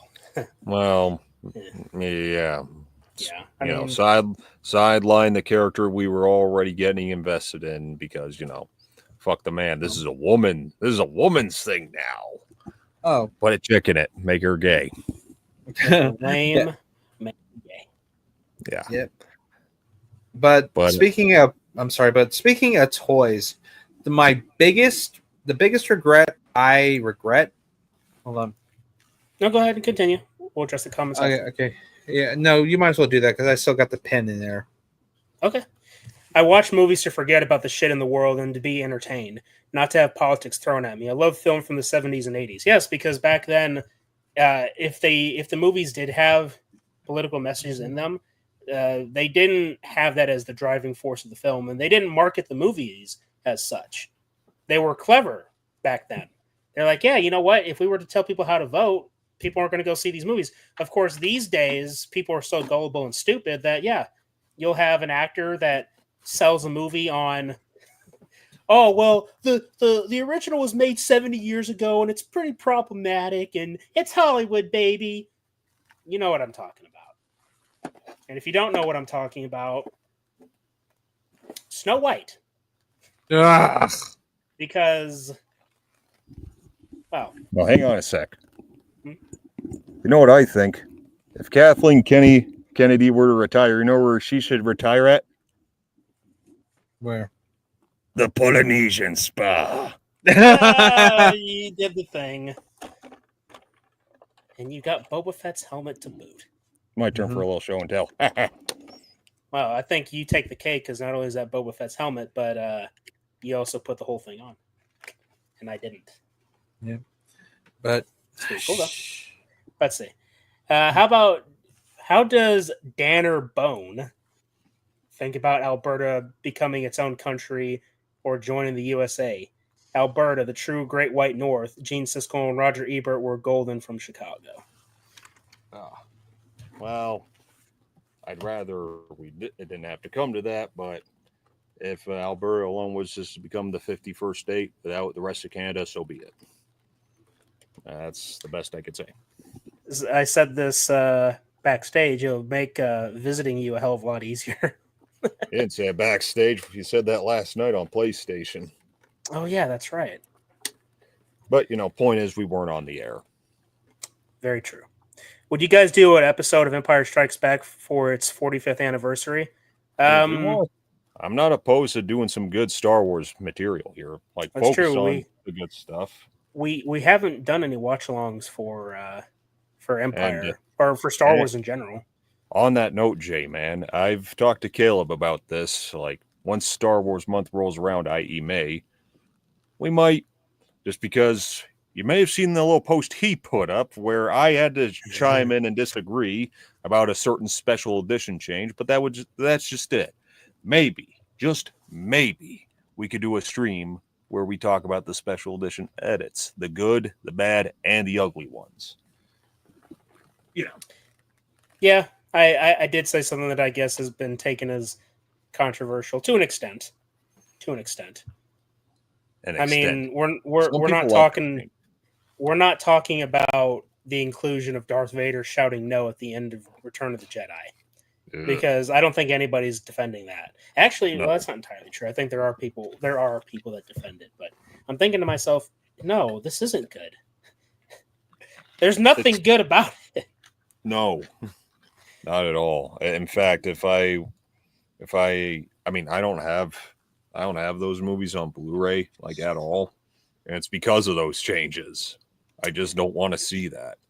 Here's a funny thing that I actually found out. So at my work, we have the original trilogy on DVD, and in the special features disc, they actually have the original theatrical versions of the films. Those are the DVDs that I got.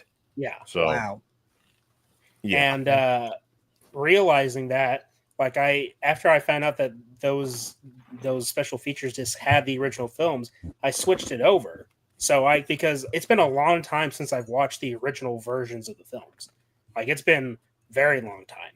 So, like 84 years. One of the biggest things for me was Han Solo shooting first. Like, how smooth it was just to see him actually shoot first. And then going back to the new version where he it's so bad. It's so bad. I can't. It's the worst. Oh, man. Yeah. But that I know. Again, I just kind of want to save the gas in the tank for that kind of stream now. But point is, like, I mean, I wouldn't mind doing watch parties for the OG trilogy, maybe the prequels too. But not the fucking sequel. Fuck them. We're not. Just don't expect me to do any stories like for our main story. I'd say if you wanted to do something for Star Wars, I'd say just give it just a basic like March of the Monsters like intro. Give it the March of the Monsters treatment. Yes, sir. Yeah, just a simple. This is what we're doing. Here it is. Let's go. Boom. Yep. But yeah. I mean, I get it. Empire Strikes Back. Like what can I say? Like it's my second favorite movie of all time, probably. So. What's going on, Kyle? How you doing, man? Yeah, what's up? Doing all right. We're doing good. Let's see, what else do we got? What the hell? Clit Liquor Cinema is my new podcast. What the fuck? John, you are a strange man, but I like it. Katie Sackhoff was great in Battlestar Galactica. See, I never got into Battlestar Galactica, but I do like Katie Sackhoff, even if she is in one of the worst Halloween movies ever made. Oh. Isn't that But- funny? Yeah. Funny where you Anyway. see these people, you know? Yeah, but anyway, as I was saying, speaking of merchandise, the biggest regret of merchandise I regret not buying is the Bondi Zeonizer and Saba, because those back then they were not expensive, but now they're fucking expensive, and I am mentally shooting myself in the foot for that. Well, it looks like you're going to be shooting yourself in the foot multiple times after this. Now you're just rubbing it in my fucking face, you asshole. That's exactly what I'm doing. No. 'Cause Yeah, that's what but- I do. Yeah, but it turns out that Hasbro has teamed up with Playmates Toys, and they're trying to bring back the retro Power Ranger toys. You remember the Power Rangers toys that had like the characters' heads, and when you flip them, they just turn their helmets up? Yeah, You remember those? Those were cool. They were stupid, Yeah, but they were neat. They had a charm to them. Yeah, Yeah. and not to mention the fucking Power Morpher. It's too bulky, and you could see the fucking buttons on the top of it. And I know it's going to have catchphrases whenever you put a new coin in there or something, but come on, man. The design looks like shit. It's too bulky. It's like having a fucking brick. It's like using a brick. What? You see what I'm pointing at? I'm seeing a helmet. Oh, is that the Green Ranger helmet? No, it's my Power Lance. Oh, Right where my finger is. Oh, up right there. Yeah. Oh, yeah. But yeah, there's my. I think that's the green one. Yeah, that's definitely the green one. Mm-hmm. Oh yeah, you're Lance. So yeah, I've seen I noticed that not online though, but also online and also videos that there was a New York City toy convention or NYTC, New York City. Talking about Toy Convention. the toy fair. Yeah, the that toy comes fair. around in New Yeah, York. Yeah. yeah, that. I've seen the new line that Hasbro is teaming up with Playmates Toys, and I'm sorry, it's just not that good, especially the fucking Power Morpher. Jesus. Well, look, I got beef with Hasbro because of the whole Cara Dune situation. Yeah. And granted, it wasn't really up to them in the end. It was Disney. Still, though, yeah. No bueno. Yeah. But yeah, I'm not. If you start with the original Battlestar Galactica and watch all, you will never turn back. I say that without watching the new stuff, although I hope the newer stuff gave homage to that great series. Yeah, I mean, I've heard plenty about the original Battlestar Galactica. It's just, never watched it. Yeah. It's kind of like the thing with Dune. It's like, oh, people are loving the new Dune stuff. It's like, oh, it's the next Star Wars. It's like, it's a pretty low bar, and I can't believe I'm even saying that. But Actually, it's tragic. Past almost what? Well, actually, past 10 years. What are we at? 2025. So, 13 years since Disney bought Star Wars. Close to it. Yeah. And this is where we're at, because look, and this is something that even Nerdrotic said. Nerdrotic. This is something that Nerdrotic said on. Yes, thank you very much. He said it when he was on a live stream with some of the Geeks and Gamers crew. They were talking about Kathleen Kennedy, and they were talking about how Star Wars was the premier franchise in America. Like, it was one of the greatest cinematic achievements that had ever been put to film. Like, talking specifically about the original trilogy, but I'm going to include the prequels too, because they all have their place. All 6 films have their place in the franchise. And it was a very, how can I say it? It was a pioneering franchise because George Lucas didn't want to go Hollywood. He wanted to stay out of the system, so to speak, do things on his own, which is what he did. I mean, he founded Skywalker Sound, Lucasfilm in and of itself. I mean, Star Wars as a brand did so much for the industry that I think gets overlooked because of everything else that's happening in the industry. And to see it go from that once beloved franchise to corporatized, identity politics driven assembly line slop to an extent. Because I mean, I can't even call the sequel trilogy assembly line slop because Kathleen Kennedy had a desire to destroy the franchise. And when you have a desire to destroy something, you won't just turn it into generic slop. You're going to be vindictive. You're going to craft something that is so garbage that there is intelligence to your evil. So when you look at the next Marvel movie, it's like, yeah, it's destroying a brand, but it's more generic slop because it's just like every other Marvel project post Endgame, right? That feels the same.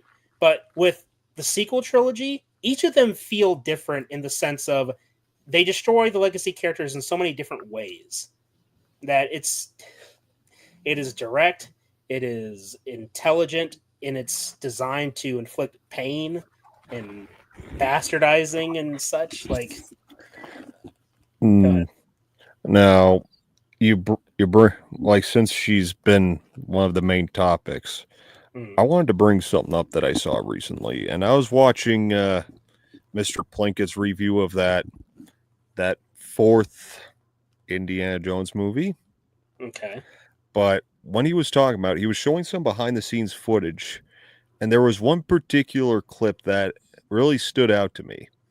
And it was Kathleen Kennedy just kind of putting her arms around George, kind of like, and just looking at that. And you just look at George's face in that.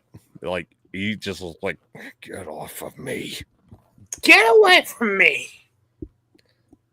Like, yeah, he looked very uncomfortable. It's like, you know, that kind of reminds me of... That feels like foreshadowing. Like, hey, I'm going to take it all away from you and destroy it.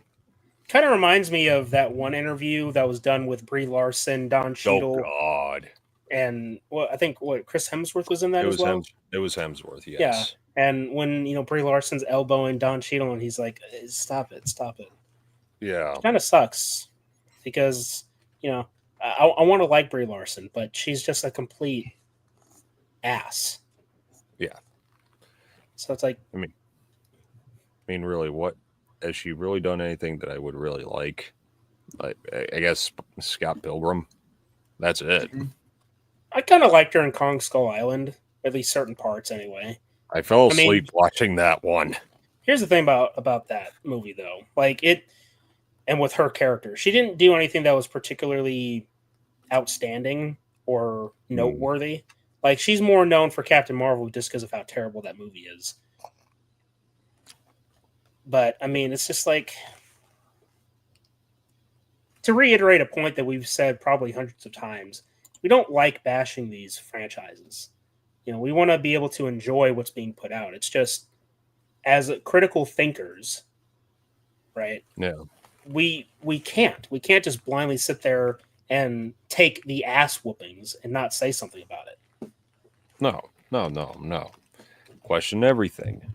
Otherwise, you're just that conformist who just simply don't ask questions, just consume products, then get excited for the next product. And that is where we are. And also, that mentality goes real high for, and I'm sorry, I know I'm going to insult a lot of people when I say this. That mentality applies a lot to Funko Pop collectors. Hey. Yes. That is the ultimate consumer fad that will probably never go away. Oh, it is. Yes, sir. Yes, sir. Wow. 100%. I cannot stand Funko Pops. And I say this as someone who owns a few Funko Pops. The difference is, for about 98% of them, I did not buy them. They were given to me. And I do appreciate the present by this guy. It was a good gesture, so I'm not gonna straight up say, oh, I hate it at all. That being said, the 2% that I did buy one of them was in a bundle box of Call of Duty Zombies, our little artifacts and trinkets. So the Funko Pop was something that wasn't even officially made by Funko. It was custom made. So I have a bit more cherishing with it. That being said, though, I hate Funko Pops. I despise them with a passion. Well, note to self, not to get you anything for Christmas or your birthday, anything to do with Funko. Don't get him anything. I'm sorry, I just don't like Funko Pops all around. Well, not to mention, I gave you some of those, you asshole. And didn't I say thank you? That's why I said I can't completely hate them. I literally said that like 30 seconds ago. That being said, I can't stand Funko Pops. I don't know why they exist. Hey, I fucking like them. Not to mention, Caleb's giving me a few of them. That's because he's catering to your fucking consumerist mind. Like, I'm sorry. That is what it is. But I'm just going to say, I think they exist for the same reason that giraffes exist. Nothing. Damn, man. How dare you? What is the real point of a Funko Pop? Target practice? Collecting. It's collecting. It's like... No, collecting is NECA. I was just going to say, NECA. Most of the time, they make good figures until they start breaking randomly. Yeah. Even J-Man, he's like, I'm not into Funko Pops. Yeah, wow. We need more of it. You know what else is good for collecting? Oh my! Hello. What's that back there? Physical media. Yeah. And take it from a guy where, I had to share that story because you know what? The end of an era did happen. My great uncle used to own his own video store until, closed out and retired like 12 plus years ago. So, the roots for physical media for a movie lover like me runs deep. Hell, there's physical media right here all around me because I don't have a desk. I just have my computer sitting on a shelf. Mm-hmm. Like I got my VHS tapes and some DVDs here. Blu-rays all back there. Video games too. Yep. Like all this digital collecting crap is something I don't care for. Now, granted, physical media I don't think will ever truly die, especially when it comes to music, because I'm sure you've probably seen this, but vinyl is in a new age of new Renaissance age, because you go into you go into any place that sells music, like including CDs, more people are flipping through the vinyl records. This guy, because I have two of them. Records. For fuck's sakes, I even buy audio cassette tapes. Where I don't know if you could. Nah, it's too dark. But my Talk Boy, it's over there, along with a blank tape that I should probably do to just make a bad thing parody with. Yeah. Oh, and speaking of you guys hating Funko Pops, what a conspiracy! Do you know what a conspiracy is? Yes, that you guys are that I'm the only one that likes it, and you guys are turning against. No. What is the definition of conspiracy?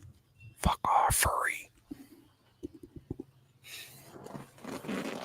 You know, it's like a major. It's a quick side note because because people like to misuse the term conspiracy a lot. That's why I'm asking the question: what is a conspiracy? It's basically no, you don't get to look it up. No, not a basically. What is it? What is it? Not what is it basically. Conspiring, basically one or more to conspire against one. Well, either I'm here to ideologically or politically. Wrong. That's not what we're doing. Exactly. Yep. I brought up the Funko Pops for a reason. They are a fad. That's all they are. You can defend it all you want. They are a fad.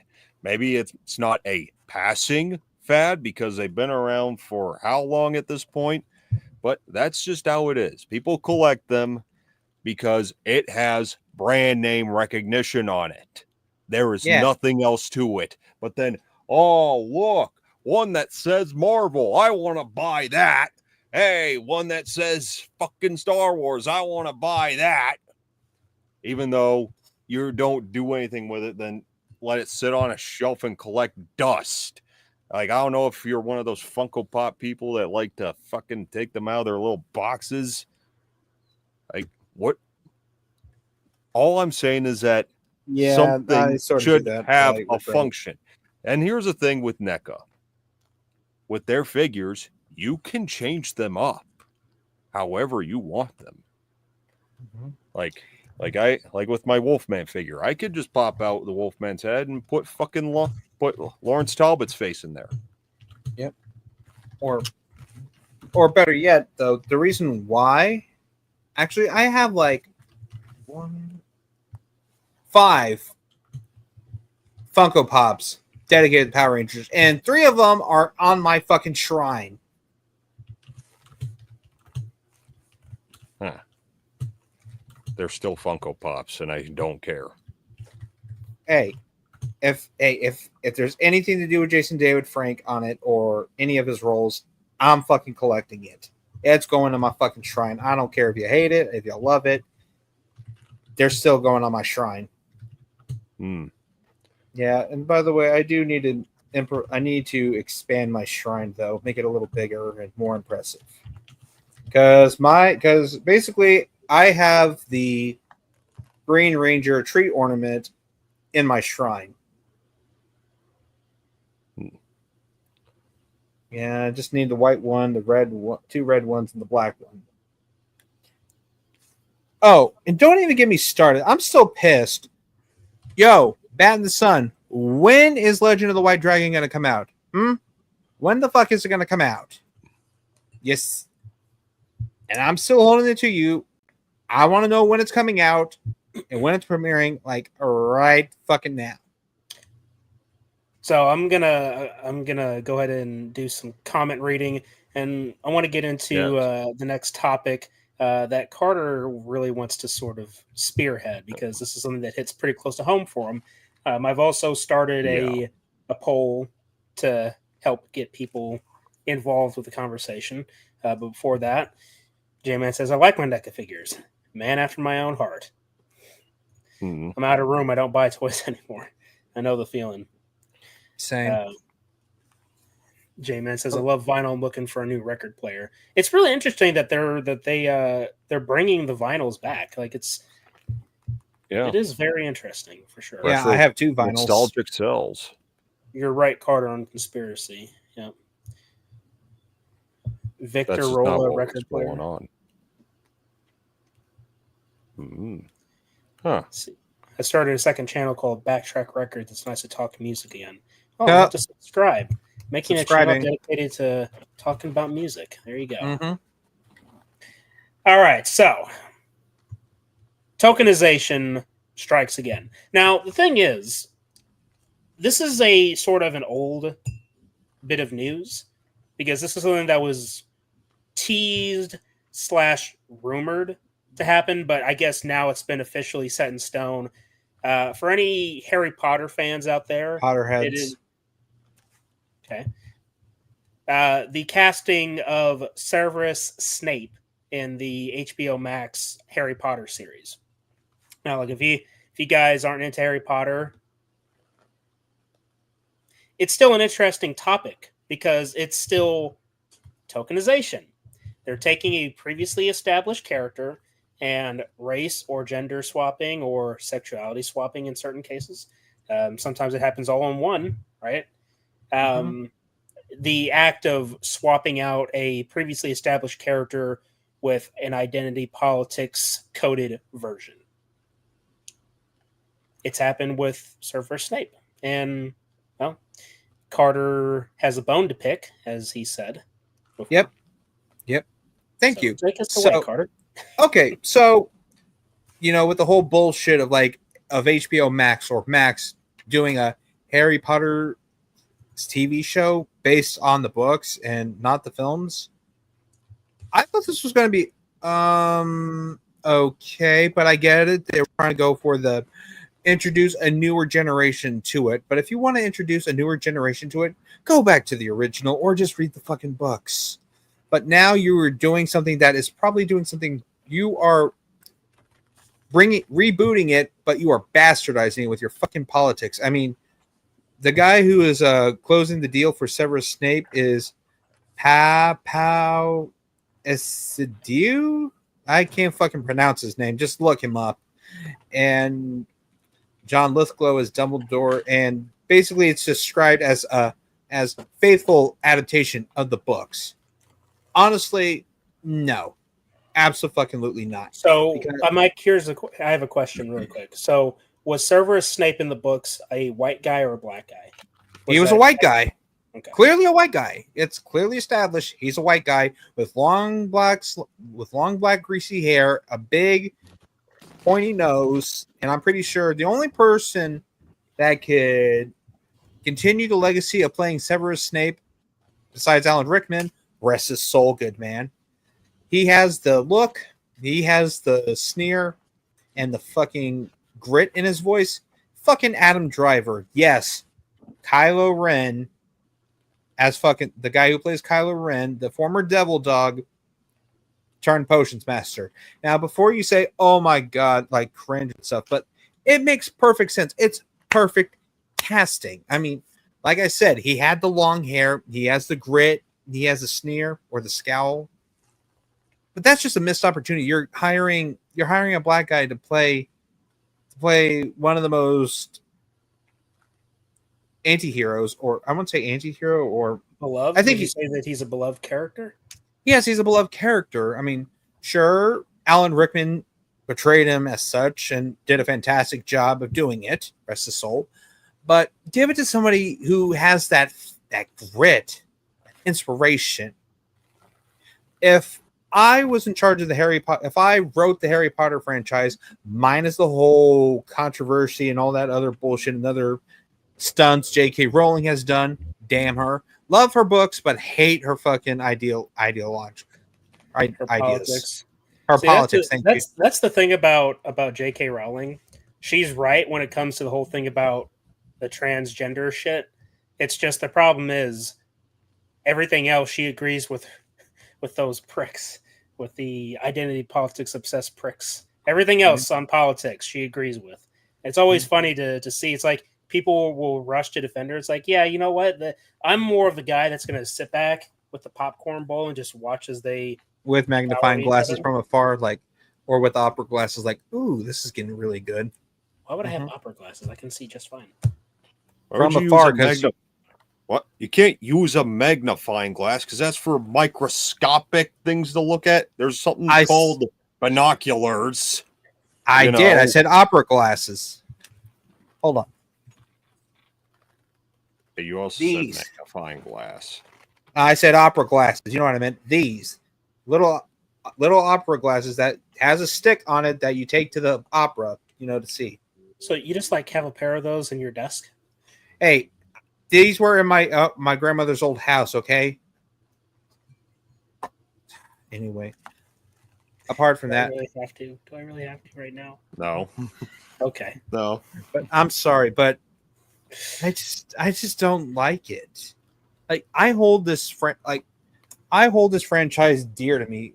I love the Harry Potter franchise, and the movies they're not close to the source material, but at least they tried though. But when you talk about rebooting a franchise, that's bad.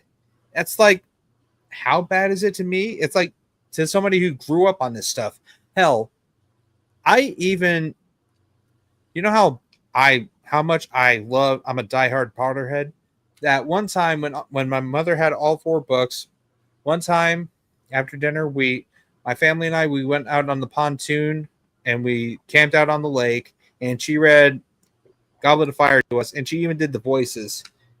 And basically, whenever my mother read the Harry Potter books to us, I just fell asleep, and I just loved it, and especially with the films. And I even had a whole bunch of Harry Potter toys when I was little. I had a whole lot of them. I even had the controversial Nimbus 2000, which I'm not going to describe, but if you know, you know.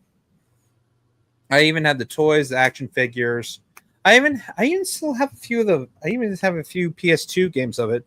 Not to mention Harry Potter Quidditch World Cup was my first PS2 game. Of course, it was the PS2 Slim instead of the big bulky one. I just have one question. What? Can Harambe join Hogwarts? God damn it! You're still on that shit. Hey, man, for old time's sake, huh? You know what? Why not? Yeah, why the fuck not? I'm pretty sure I'm so over it. I'm just fucking over it. It is an old meme on the channel. Yes, of course, it's a fucking old meme on the channel. I mean, I do have to point it out since we're on the topic of Harry Potter. So, what was it? About 2 years ago now? Close to it? Probably. When basically we did a Harry Potter watch-along series. And all 8 films. Almost 3 years, actually. Wow. So we did this watch-along series, and at this point I had never watched the Harry Potter. Well, no, I don't want to say I never did. I did watch, I think it was either the first or the second one years ago, back when I was still in grade school. And there was a running gag on the channel about Harambe, you know, the ape that got killed after he dragged a kid through his enclosure. Mm-hmm. And I don't fully understand why I started the joke. I think it had something to do with furries, and it just so happened that Harambe was in the topic. See, Kyle remembers. He was like, "Wait, where is it? What the fuck? Where did this come?" I remember Harry Potter watch-along series. Carter had as part of the thumbnails Caleb made. Yeah, that was the thing about the thumbnails. So we were always busting Carter's balls about Harambe joining Hogwarts. I kept on asking the question every chance I got.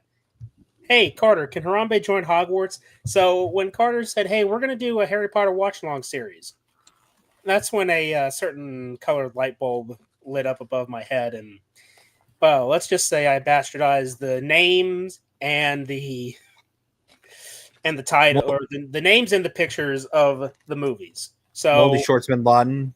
Well, that was a joke that was partially done by me and Danner. Danner was the first one to do it because it was the whole thing like, oh, you can't say Voldemort. So it's like, okay, well, if we can't say Voldemort, what are we going to do? So Danner came up with Moldy Shorts, rhyming with Voldemort. The Bin Laden part, well, there was a Harry Potter YTP, which stands for YouTube poop. It was basically just a garbage, funny video parody. Stuff. Yeah, well, no, not a straight up parody. It's just a bastardized whatever the subject was. And one of the thumbnails featured Harry Potter with Osama bin Laden's beard. So we came up with the name. Danner came up with Moldy Shorts, and I put Bin Laden. Moldy Shorts Bin Laden. I don't think actually, now that I think about it, I don't think that Moldy Shorts Bin Laden was ever in the thumbnails, but no, he was. Oh, really? He was. Oh, he was? Yeah. Oh, yeah. Definitely. Oh, yeah, there he is. Yeah. So let's see. The very first watch along we did, we titled it it was Harambe, Potter, and the Philosopher's Stone. And then the second one was Chamber of Bananas. Chamber of Bananas, yep. And then I gotta actually go through this. I'm gonna bring them up. I'm gonna see if I can bring them up real quick. Sure, why not? I'm never gonna get this chance again, probably.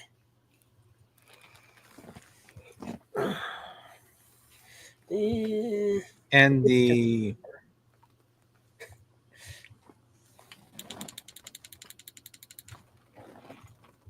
no, please continue, Carter. Please do. But apart from that, like I'm Harambe Potter with the Harry scratched out. Harambe Potter in the Chamber of Bananas. Ugh. It should have been Harambe. It should have been Harambe Potter and the Chamber of the Polynesian Spa. Let's see. Nah, the Polynesian Spa of Secrets. No. Oh, in the Polynesian prison. Spa, Oh, the prisoner. Polynesian Spa wasn't a meme until recently. Now, yeah. Now here's a little fun fact for you. Now that I was looking at it, so far, my face is not featured in any of these thumbnails. Nope. Just a. I've noticed. Nope. Yeah. Nope. Oh yeah, this was a funny one. So we titled Harambe Potter and the Prisoner of Azkaban. I made the joke even on the live stream. Harry Potter and the Prisoner of Azkaban. Kabam. The whole joke is that it was Harambe Potter and not Harry Potter. That is the Everybody knows that. well, maybe not everybody knows it. Maybe somebody wasn't present for those days. It was Exactly. 2 years ago. Yeah. 3. 3, pretty much, yeah. Mm-hmm. Yeah. But Time sure flies. yeah, but the one, like I said, I fucking can't stand this casting choice. It's all fucking wrong. It's wrong. You need to be re-educated on your shit. Harambe Potter and the Pepsi Man of Azkaban. Ah, yes. Pepsi Man. Mm-hmm. Yes. Oh yeah, there I am in the thumbnail. Yeah, you're in the Yeah. thumbnail. Yeah. Apart from that, but I just can't let this slide. If fuck, what was his name? Fuck. Damn it! I'm fucking blanking out. Harambe Potter and the Goblet of Banana Flavored Carter Sauce. Ooh.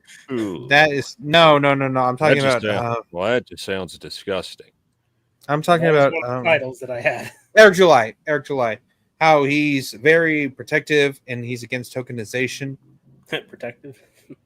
or Yeah, protective of his content, and Well, is yeah, against sure. tokenization. Yeah, sure. It's just he's been very he is the one that has spearheaded the entire issue. He basically coined the term tokenization.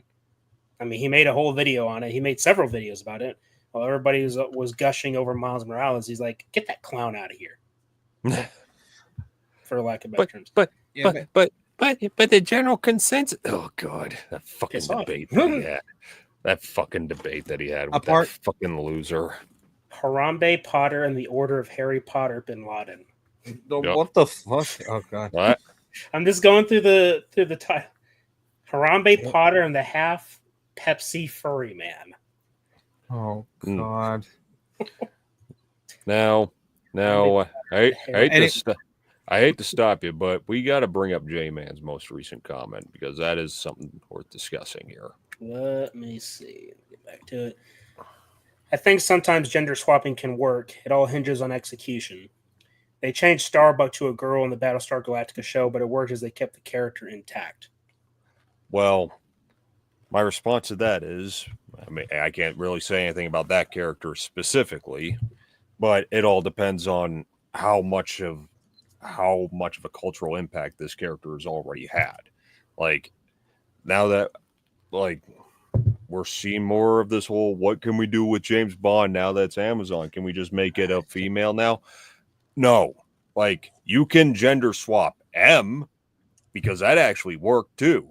That's actually another decent example because, yeah, in the Connery all the way to the Dalton era, M has always been a male character, but then in comes the Brosnan era, and now we got Judi Dench playing M, and then they even kept her in the fucking Daniel Craig movies up until Skyfall. Right. Yep. So anyway, as I was saying about the like Eric July is very protective of his craft. That would be me. If I instead of J.K. Rowling writing this stuff, if I had the ability to take her work or like write it and all that other stuff and do it right, I would be very protective of the stuff. Sorry, Danner was frozen. Oh, hello. There you are. Yeah, there you are. Yeah. Anyway. You guys were just loading screens on my end. Oh shit. Oh God. But anyway, Were you as I still, was saying, hold up, really quick. Sorry, were you still trying to make a point though, Danner? Yeah, he kind of interrupted me there. sorry, I thought you. No, because he Point. froze You up, made- Carter. That's why. Uh oh, God, he's still lagging. Oh, not no. again. Technical difficulties. What? Are you still moving? Put your finger up. No, he's not. He's clearly frozen. Okay, hang on.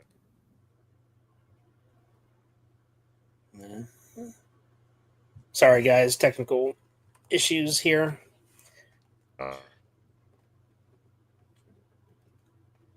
But I'll say this to sort of keep the conversation going until we can get them back in. The thing about tokenization, and this is something that Eric July has said, is that not all tokenizations are equal. There are things, by definition, a tokenization is a tokenization. Whether or not you like the tokenizations or you think that they worked is an entirely different conversation. Because, yeah, there are some examples where it worked. For example, the way they handled She-Hulk in the initial comics was good. For the most part, people didn't really have a problem with it. Even something like Billy D. Williams as Harvey Dent in Tim Burton's Batman. People point that out and say, well, there was nothing wrong with that. Me, I'm like, yeah, I mean, there wasn't anything standout-ish about it.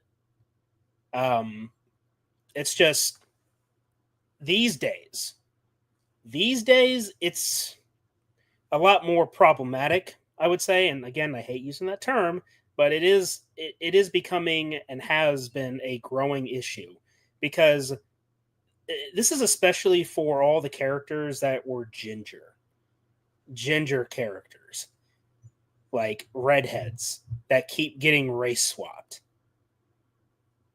Like the amount of times I've seen redheads get race swapped for, it's mainly from white to black. It's something I see all the time.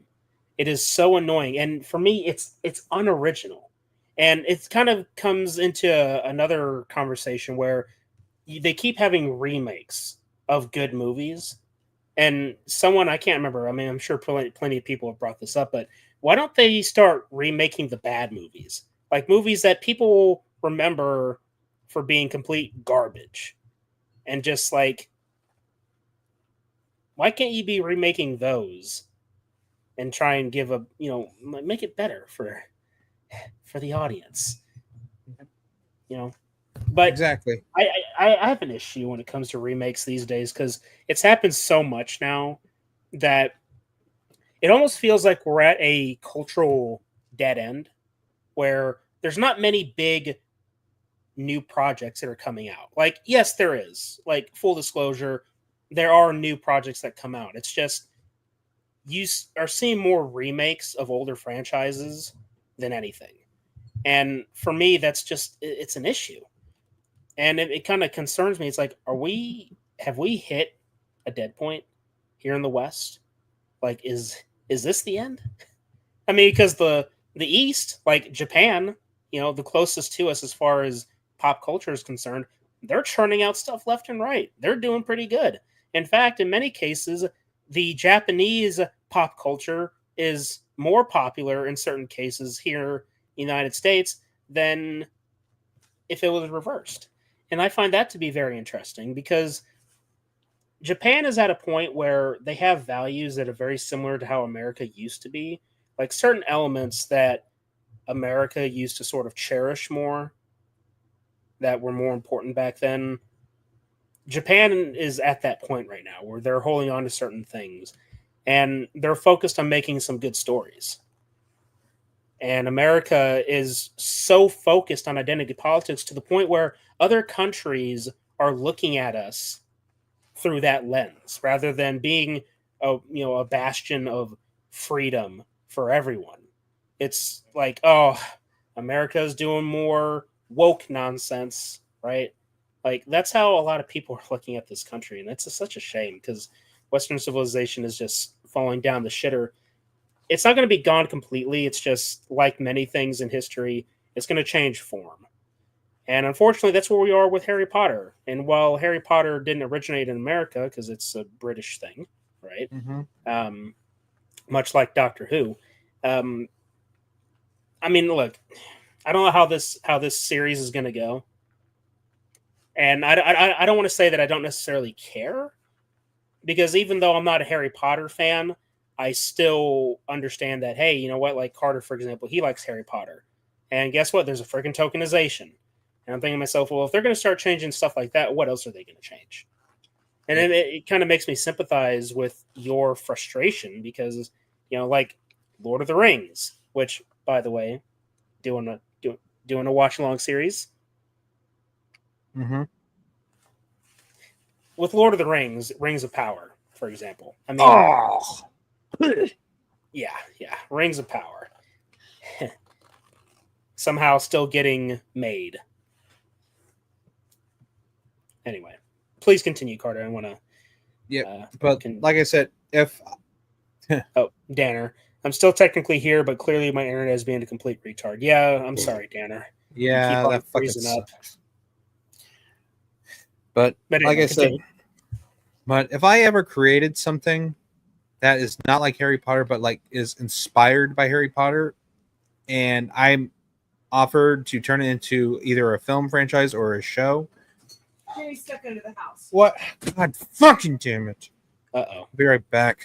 Fucking be right back. So yeah, I think Danner makes a good point. It depends on the cultural impact of the character. It's definitely a part of it. I'm not going to deny that. It's just, the thing is that going back to the sort of unoriginality of it all, that's my biggest thing. Like, people love to talk about how cool Miles Morales is, but when you break down the character, it's literally Black Spider-Man. Like, they could have easily created Miles Morales, give him a different look, give him a different, sort of background and story. Like, I guess it's like a superhero trope where it's always about how a superhero character is living a normal life, and then some tragedy happens that, sort of propulses them, puts them out into the superhero business, if you will. And that's what it is with Miles Morales. But I mean, just, we don't look at Miles Morales as anything other than Black Spider-Man in many ways. I mean, that's kind of, for me, and not just me, but I mean, since I'm talking about myself here in this case, yeah, that's where we are. You're struggling, Danner. You're struggling, I understand.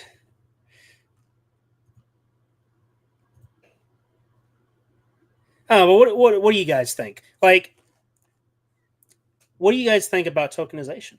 I'd like to hear some of your comments, like your personal experience. So in different franchises that, or hell, we can talk superheroes or we can talk other things. I mean, what are your thoughts on it, if you will? I'd like to hear some of what you guys think. Do you like it? Do you not like it? Like, for example, one issue that I had that happened a couple of years ago was Teenage Mutant Ninja Turtles. So they had released this new movie, like it was like one of those stop motion, like the Spider-Man Into the Spider-Verse sort of movies, and they had tokenized April O'Neil, and they made her. Let's just say they put her through a filter of modern day fad, teenage style. I don't know. They made her black. They made her overweight. They made her look really shitty compared to the April O'Neil that many people are familiar with. It was like a big thing. Like, I remember April O'Neil for having like a yellow jumpsuit. She was a white girl. She had sort of like short hair, brown hair. Like, that's how I remember her. Then this TMNT project comes out, and it's kind of like a split. Like, why the hell does she look this ugly, right? And I know Danner will point out the live action TMNT movies that had Megan Fox, and like even then, that design of the character was like, no. Like, yes, okay, she was white, fine, but she was just not a good fit when it comes to to April O'Neil. And even I can agree with that. I remember watching it in theaters. It was actually a double feature. I was out of the state at the time with my dad and a friend of his. We were actually at this theater where it was one of those theaters that like served you like full on dinner while you watched the movie. It was a double feature for TMNT, and I think we were watching. Oh god, what was it? I can't remember the other movie, but yeah, I don't know, guys. The tokenization thing, I always get annoyed every time I see it. Obviously, Captain America or Captain Falcon, Falcon being the most recent example. And especially when you watch Falcon and the Winter Soldier and the storyline that they had going there, it was so racially motivated. And that's another big issue, is that tokenization, more often than not, has an agenda behind it, which is one of the reasons why I hate seeing it. Every time I see it, especially these days, specifically these days, because these days it is done with a sort of political motivation. Like, they're not race swapping these days because, oh, it's the best person for the job. No. When they do casting calls for a specific character, they're going to look for a specific demographic. That's how it works. It's not like, oh, we're going to adapt a comic book character, and we're gonna see if this actor, like the candidates, can embody the character through personality, through dialogue, and we'll just have him or her be a different race or a different ethnicity, right? And for me, it's like my whole mentality is, if you're going to adapt the source material for something and you're going to have certain characters be a certain way, you need to keep it as accurate as possible when it comes to the casting of the character. Because think about this. Think about the perfect casting of Christopher Reeves as Superman back in the day. Of course, I don't know too many 70s actors, and I wasn't even there back in the day, so I wouldn't be able to say, oh, well, this person would have been a better fit or not. But we'll use like a modern example for Henry Cavill. Henry Cavill looked and in certain cases acted the part of Superman.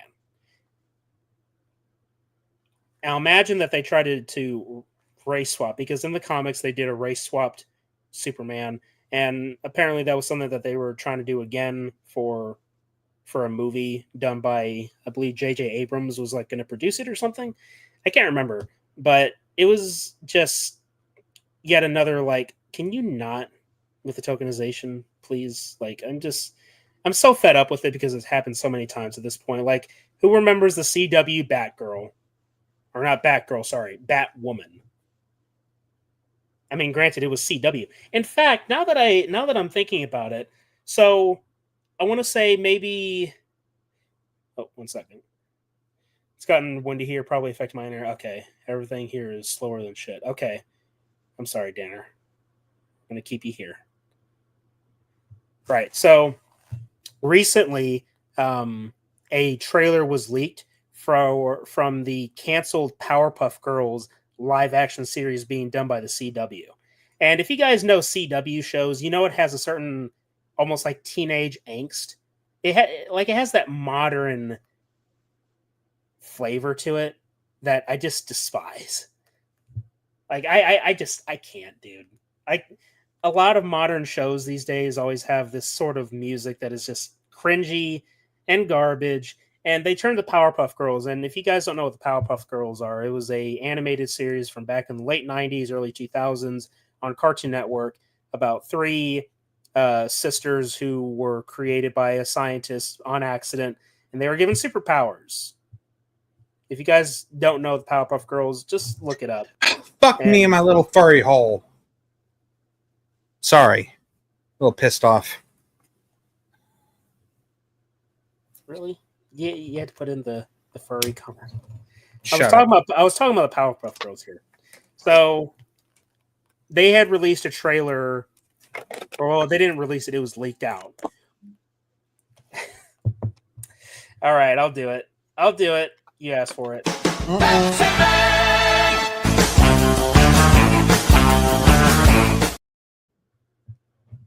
furry hole, really. Dude, I'm fucking pissed off right now, okay? Well, then let's get off the topic of being pissed off about whatever you're pissed off about and be pissed off about the tokenization. So, Yeah. Powerpuff Anyway, Girls, they did a trailer leaked that showed off the Powerpuff Girls in the CW series that was canceled, by the way. Again. Good. And, well, when you see it, I'm not going to play it here because people have been getting, I mean, it's a leaked trailer. You can get copyright strike. So, no thank you. I'm not going to do that. But it was garbage. It looked like garbage. The dialogue was garbage. The Powerpuff Girls were adults. They tokenized Professor Utonium. They tokenized Buttercup. And everything else looked like complete garbage. And then also, on top of that, Mojo Jojo was turned into two separate characters, and they weren't even apes. There was literally two guys. One of them was named Mojo, and the other was named Jojo. And that's not a joke. They literally split Mojo Jojo into two different characters, and they were human. That's fucking stupid. Anyway, hold on. Before we dive any further, the thing I was about to say before I was unexpectedly pulled away.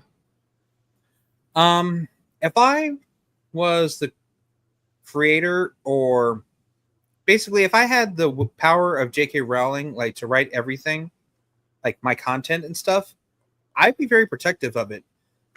And to see where it's fucking going, though, I would just be like, shut it down. I would go immediately John Taffer, or turn into a real diva when it comes to my content. Don't you agree? Would you be gatekeeping or over gatekeeping? Yeah.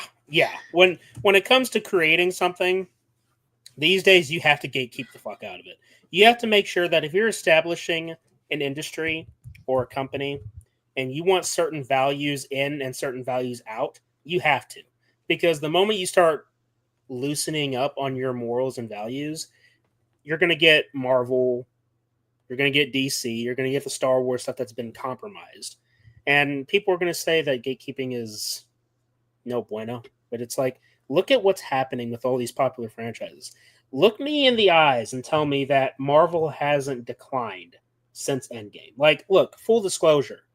Captain Marvel came out, it was a garbage movie. But it made $1 billion, and people are like, oh, well, it's clearly a good movie because it made $1 billion. Wrong. Just because it makes money doesn't make it good or successful. It just so happens that Captain Marvel was sandwiched between two of the most anticipated Marvel films in the decade. Infinity War and Endgame. So if there's anything Marvel, people can go up and eat it up because it's sandwiched between two of the biggest films in the franchise, right? To set up the end game of all things, right? So Captain Marvel's succeeding, quote unquote. That's why that shit is there. But look at how the franchises have declined since then. I mean, we're poking fun at She-Hulk.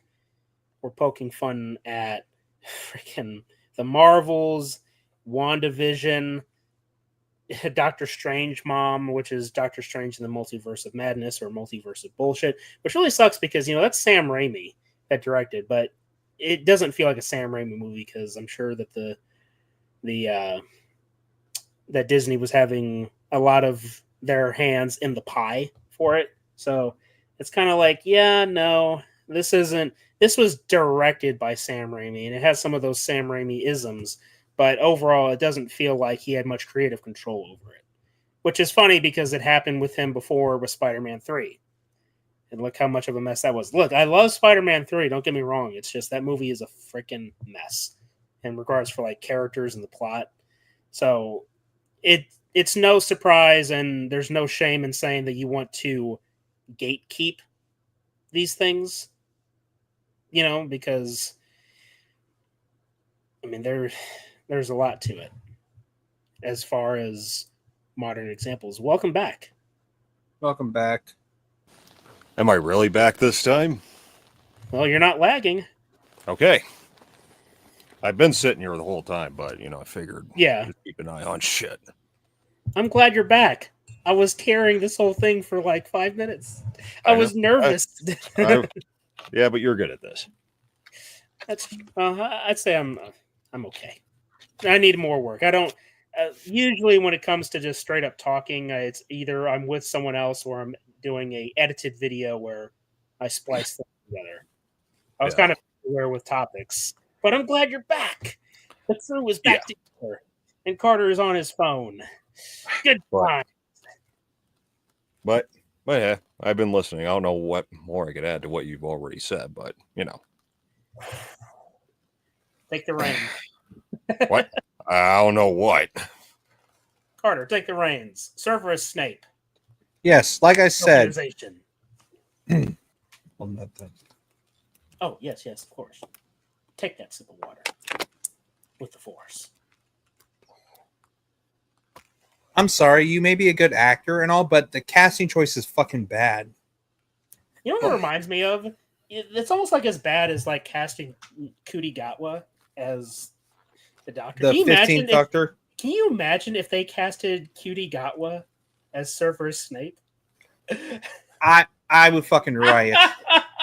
No. Because, you know, the rumor is that he's actually leaving Doctor Who. Good. Like, Doctor Who, when they introduced the first female Doctor played by Jodie Whittaker, Whoa. they sunk the franchise majorly. Then they made it worse. You would think that after freaking Chris Chibnall's run as show director and doing the creative choices that he did with basically destroying the entirety of Doctor Who's legacy, you would think that is the pinnacle of the worst that you could do to the franchise. Then they brought back Russell T Davies and David Tennant and made it so much worse. Look, you can see it in when I did my little video on Godzilla -1, where Doctor Who started doing the whole pronoun shit, and I'm thinking to myself, "Are you fucking kidding?" And it was so much worse. It was so much worse because they had a character in there that's a trans woman, and it's like, yeah, daughter. some of the dialogue was like, "Oh yeah, we know everything, thanks," and you know nothing. And then something about a male presenting Time Lord never understanding something. I'm like, this is the trans woman character saying this. I'm like, you are a stupid motherfucker. You are not a woman. I don't care what anybody fucking says. A trans woman is not a real woman. No. That's you know how stupid like trans, you know how stupid that is? That's like taking a fucking narwhal horn or something, or a pointy stick, something sharp like a dagger, sticking it to a horse's head and calling it a fucking unicorn. Sorry, I had to make a comparison. Like, oh, guess what? Unicorns aren't real. There you go. They're real. That's like comparing a trans woman to a horse with the fake horn on its head, calling it a fucking unicorn. Yeah. I'm out of comparisons. Just go with it, okay? You only named one comparison, though. No, I made two. One on set and one backstage. But we're not talking about that. We're talking about something else. But Thumb drive? Shut up. No, fuck off. But the thing I was talking about, like,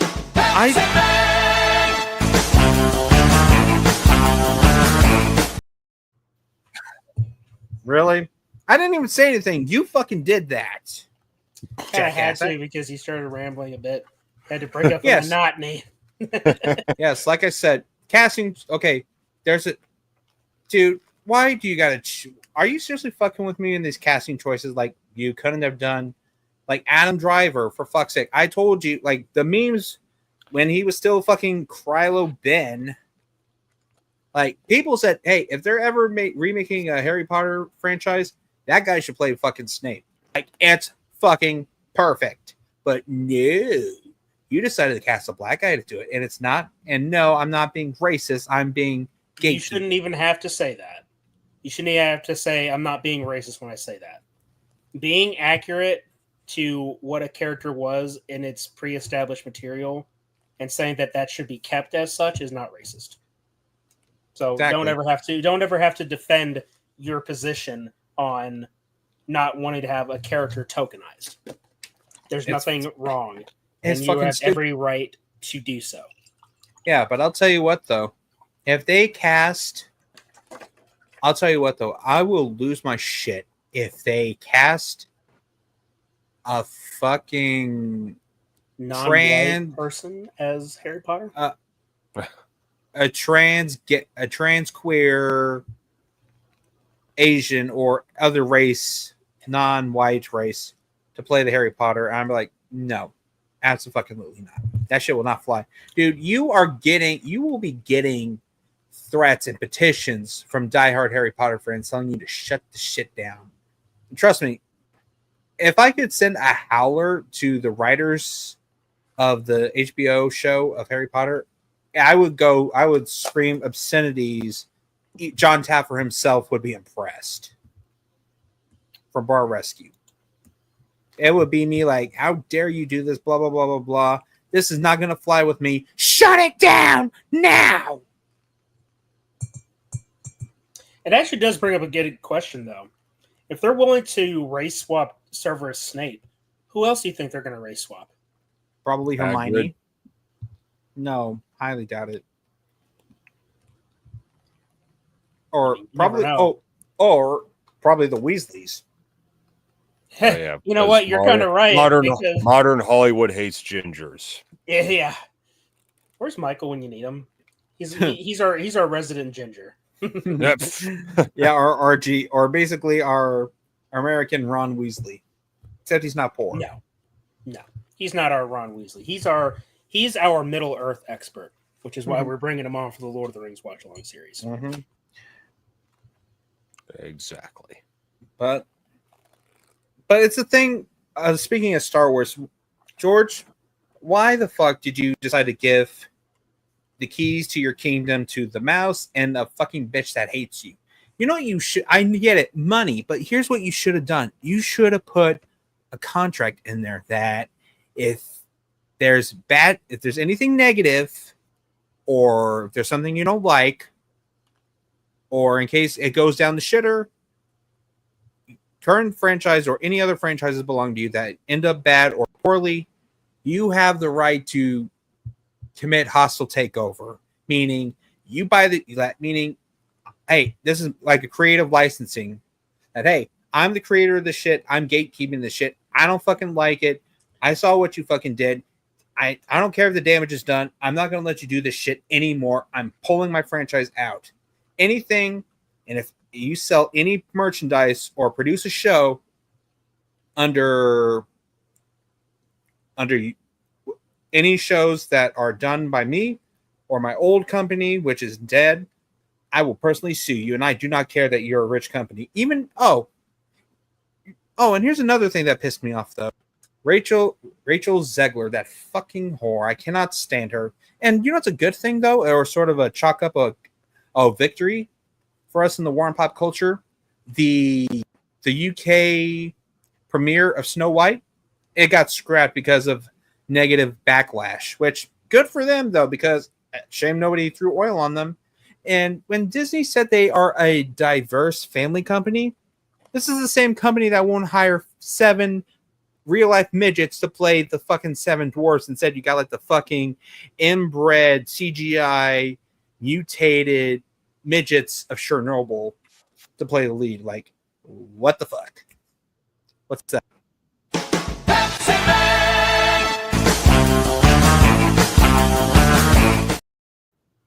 What was that for? What the fuck was that for? I don't know. Let- He's the one that told me that. What the fuck, Danner? What was that for? You're rambling about a topic I don't even want to discuss. Oh, And then you switch topics. Nope. Nobody cares about the Snow White shit. And neither should Not we. anymore. Not until it comes out. When it comes out, we'll see what happens. But you were making some interesting points when it comes to Star Wars. But I wanted to say that I don't mean to. It's too funny. That too.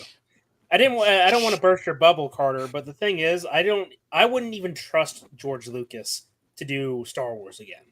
Like, No. if Ridley Scott and James Cameron are any good examples to go by, it's that just because Russell T. Davies as well, throw his hat in the ring. There you go. Okay, you know what? Russell T. Davies is a bit different because he was always like that, but he had more of a leash on him, so he wasn't able to go full blown identity politics with his bullshit.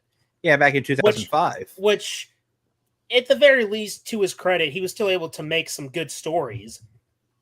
And it's a shame because it's like when you bring back these beloved directors or creators into this modern day, they are not guaranteed to recapture the lightning in the bottle that they once had. Because look, post T2, right? Everything went downhill. I give some credit to Terminator Salvation because it was the one movie in the movie franchise, in the movie installments, that didn't do the T2 clone. They set the movie in the future war. It's just the problem is it felt more like a Mad Max story than Terminator. It's not so dark and gritty. Both in aesthetics and in some of the acting. Still, to its credit, it did something different from the rest of the franchise, and I think it's partially underrated from that perspective. Everything else, though, I mean, fucking T3, Terminator Genesis, Dark Shit Fate. Yeah, I'm calling it Dark Fate. It needs to I'm calling it shit. No, I'm calling it Shit Fate. It's dark. Because that's what it is, a big piece of shit. Or a big steaming pile of Triceratops shit. Or it's just Dark Fate of shit. And I will call it Dark Fate of shit instead of shit. I agree with you. I fucking love the idea. Or Ridley Scott.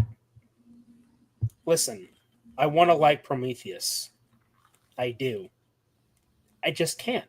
When the characters do something as stupid as, hey, you know what? I'm going to take off my helmet in an environment that I know nothing about. Several times. What could possibly go wrong? Exploding. Look, the black goo.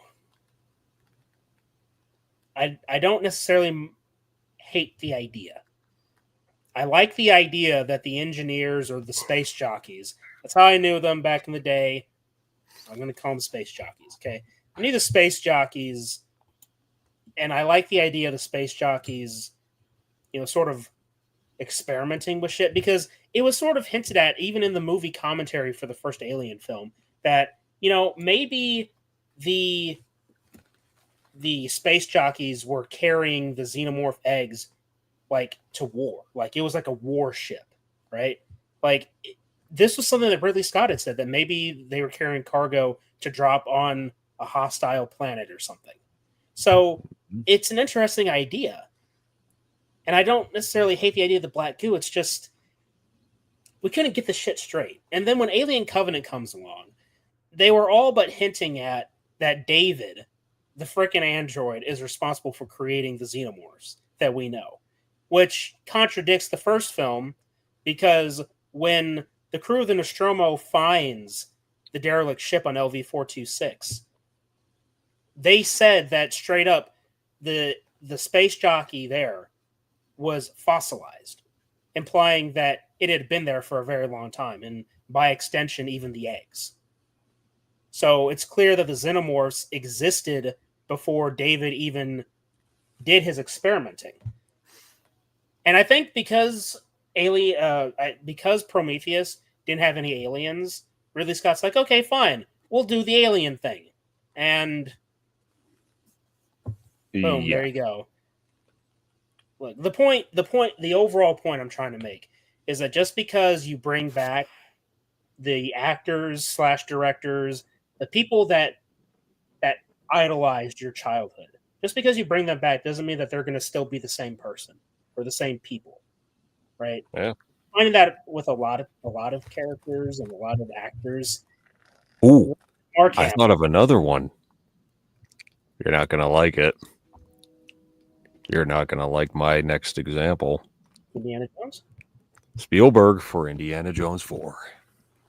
I like the concept of where they went, though. Of course.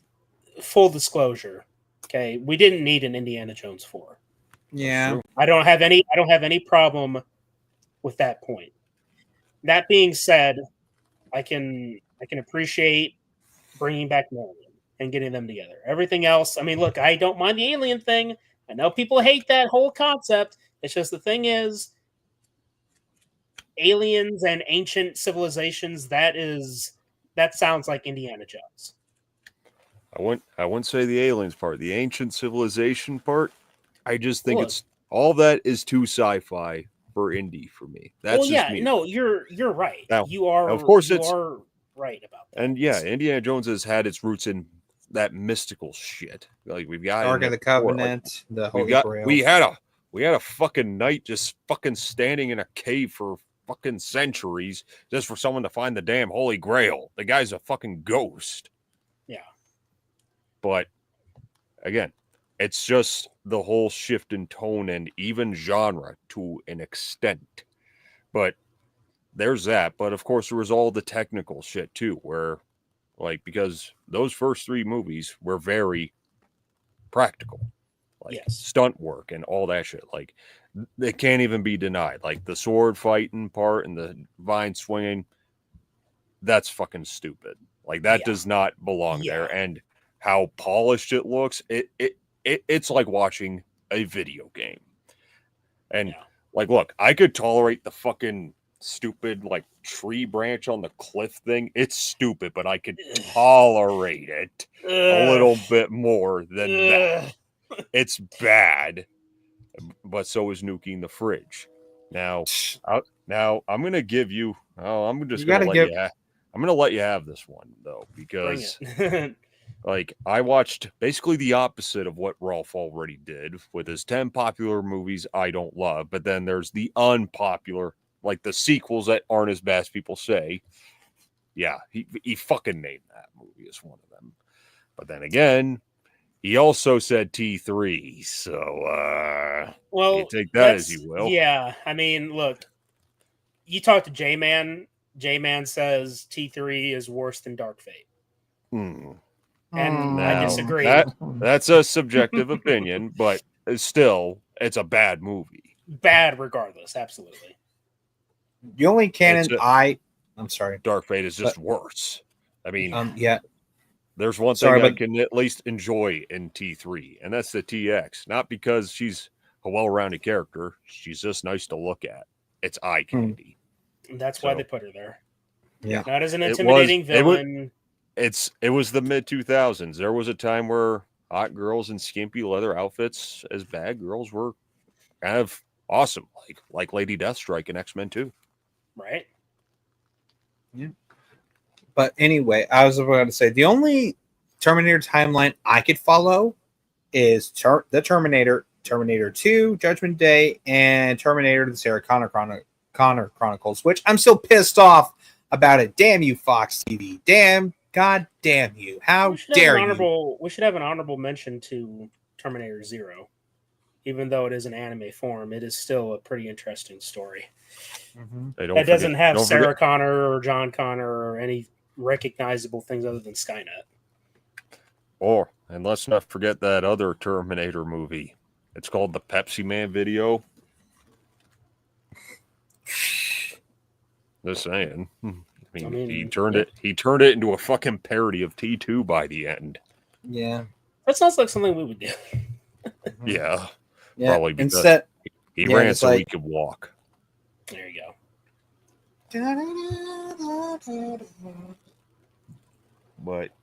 But you're absolutely right. That one guy who made it all work before, there's no guarantee that if he came back, that there's still gas in the tank for him. Like at best, he's running on fumes. Like Like even when they do come back, they don't really seem to care all that much. Like they could forsake their roots. Like Alien was just fine for what it was. There was enough mythos in that story to make it intriguing.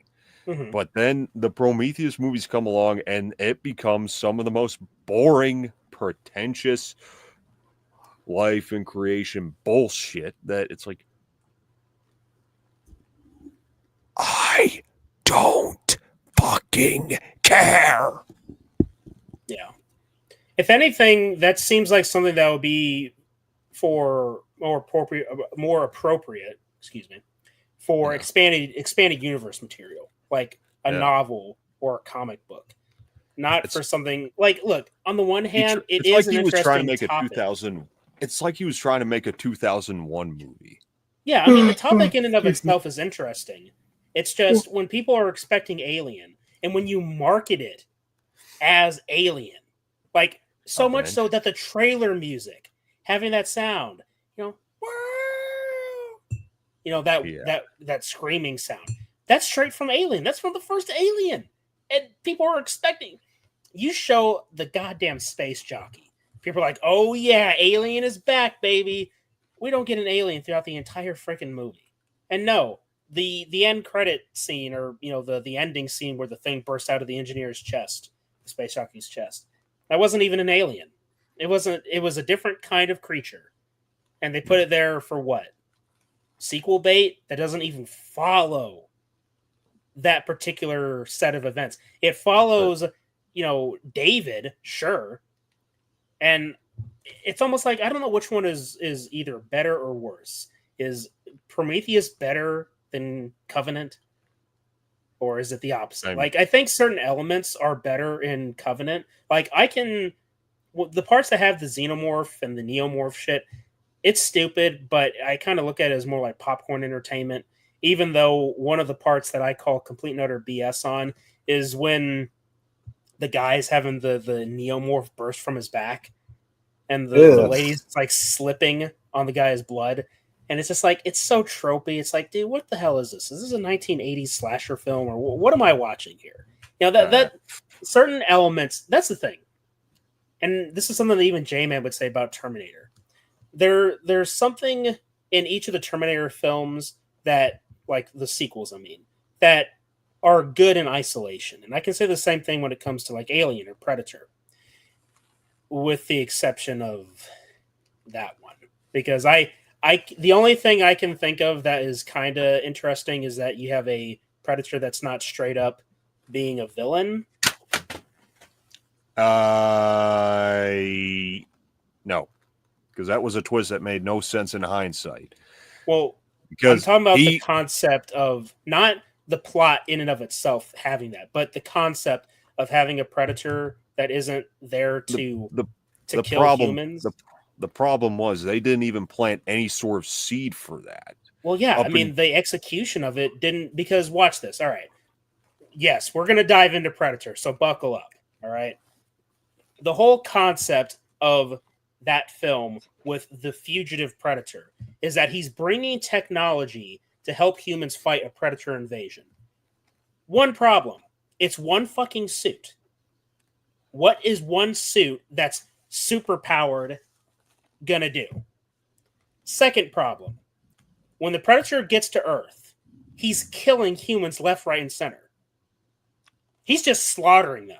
Yeah. Like, this isn't a predator hunting for sport anymore. He's just gunning people down. He grabs a freaking military rifle and just... I'm like, you're a hunter, not a poacher. And presumably killed some unarmed people while he was at it. But again... Yeah, defied code. Now, wounded or not, it doesn't make sense. But if he was really doing this whole, like, no witnesses or something, then he shouldn't have let Dr. Woman there live. Yeah. But then, yeah, you get that fucking cringy, like that was our problem, tone comedy, where he picks up the severed arm with the thumbs up. It's like that's Marvel shit right there. That's, ooh. But, and then suddenly, yeah, it's what it was all building to that really makes it all fall apart for me. It's not just that, suddenly, he was actually on the human side. Then why was he killing everyone? Yeah. Like, for no discernible reason. He could have attempted to communicate with the humans like, whoa, it's not what it seems. I'm here to help. Like, if they just started with that, it would have been a bit of an odd choice. But, like, I'd be sitting there like, this is a little strange, but I'm still with you. Come on. I'll run with it. Sure. I don't know if that was in the original script that got leaked online or whatever. Check this out. You want to talk about that? The original concept was that fugitive predator was actually two separate predators in the original script, to the point where they had scenes filmed with this, where there were two predators that were the fugitives, if you will, that were helping the humans. So much so that their armor, the predator's armor, was camo colored. Oh yeah, like full on. They were in a military tank holding on to a gun, like one of the like 50 cals. Yeah, Straight up, I did. working with the I humans. think I did. I think I did see like a still image of them like with fighting alongside with black guy there. Mm-hmm. Yeah, that was the What? thing. And at some point, they combine it into one character, and that character is killing every human in sight. Oh, but he's here to help. Even the nitpick, like, okay, his mask got destroyed when he crashed in his escape pod. I don't know how it fell off of him, by the way. But then the And mask he Gauntlets takes, too. and the mask he takes from Project Stargazer. That's so fucking stupid. Like the mask just happens to be the exact same one too. Yeah. Really? Like that's just stupidly inconvenient. But again, it's not just like, okay, this predator was on the human side to fight an invasion. It's like if it was just an invasion in of itself, like, okay, the predators want to move into Earth. It's like, okay, I mean, I don't know what Earth has to offer that your planet doesn't already have. So, Right. but they crank the stupid diarrhea dial up to fucking 12 with this plot line, because it's not just they're going to take over the world. It's because they actually integrate this into the fucking plot, by the way. So I'm not being hyperbolic. Climate change. Don't add any notes to this one, YouTube. I'm just discussing what happened in a movie. Is going to wipe out humans, and they are going to move in. But they're not just moving in. They are trying to take our DNA and splice it with themselves so they can inhabit Earth. So you want to take the DNA of a species that was on this planet that they couldn't live on anymore because it got too hot or some shit. You want to take that DNA, splice it with yourself so you can move in. That doesn't make sense. Like, you are taking the simple yet awesome concept that opened up a whole gate of possibilities for imagination. Like, okay, these alien space hunters hunt for sport. Like, it's simple stuff, but with that little trophy room we get in Predator 2, which is still canon in this movie, by the way. Like, it's all about the hunt. Now it's about stealing DNA from us so you can move into Earth after climate change has wiped out the human race. But wait, it gets even dumber. They go for specific types of people, because these specific types of people, don't worry, I'm getting to that, are apparently the next step in human evolution. Who are those people? People on the spectrum. They flat out say in this movie, being on the spectrum is not a disorder. It's the next step in the evolutionary chain, which has got to be the dumbest thing I've ever heard in my life. Like, you're just that came like virtue signaling at its most obvious. Like, see, we're looking up to you. Fuck off. But that's just it. That was their goal. Take Asperger's syndrome from humans to move into Earth. Just take autism, give it to yourselves, and move into Earth. That was the plot of the movie. That was what the Predator's goal was to give themselves autism. That is, without hyperbole, the fucking plot. And it's the dumbest thing I have ever heard. And it has caused enough damage to the franchise where my interest just doesn't exist anymore. Prey was a decent movie, but it wasn't a rebound. No, it was a very safe movie. Yeah. It was very safe. Of course, I have bigger issues with that film. I mean, it's not as bad as The Predator. That's not saying much. They made the Predator in that movie an idiot. And then the soundtrack was just, I hated the soundtrack. The opening, I also thought could have been more Predator-esque. And by Predator-esque, I mean, and this includes with the soundtrack, it needed that Alan Silvestri isms to it. Like, Yeah. every Predator movie before The Predator had this Alan Silvestri ism to it, where the original Predator, you have that classic Predator theme with the horn, da, or Predator 2. It was like da da da da. It was like a big spectacle. Or in Predators, they have Adrian Brody falling through the sky, and then when he crashes, it goes da. Prey was very silent, and if you guys know me, I'm a big proponent of soundtracks, like music. And this is something I think that most people can agree with. Music will make or break a movie. Oh, yeah. And scenes specifically. Like key moments. Like, I don't think Predator would be as iconic if it didn't have Alan Silvestri's soundtrack. Or Jaws wouldn't be more terrifying without John Williams' score, just to name a few. Yeah. You go on forever an example. on that topic. Yeah. It's just, the point is, Prey was lacking in Predator music. It was lacking in the drum sound, which that part baffled me the most, because I'm thinking to myself, the tribal drums can be easily associated with Native Americans, and that would have been the perfect place to have that stuff. Yet it wasn't there. And then, of course, you have the frickin' fourth wall breaking line delivery, where it doesn't make any sense whatsoever. Yeah. It was literally there just like, oh, hey, remember that line? But then again, I'm going to say this. I think Romulus did that even worse. It did do it worse. Much worse, actually. Get away from her, you bitch. Like, what? Get away. No. Why? Why would you do it? Why would you say that line?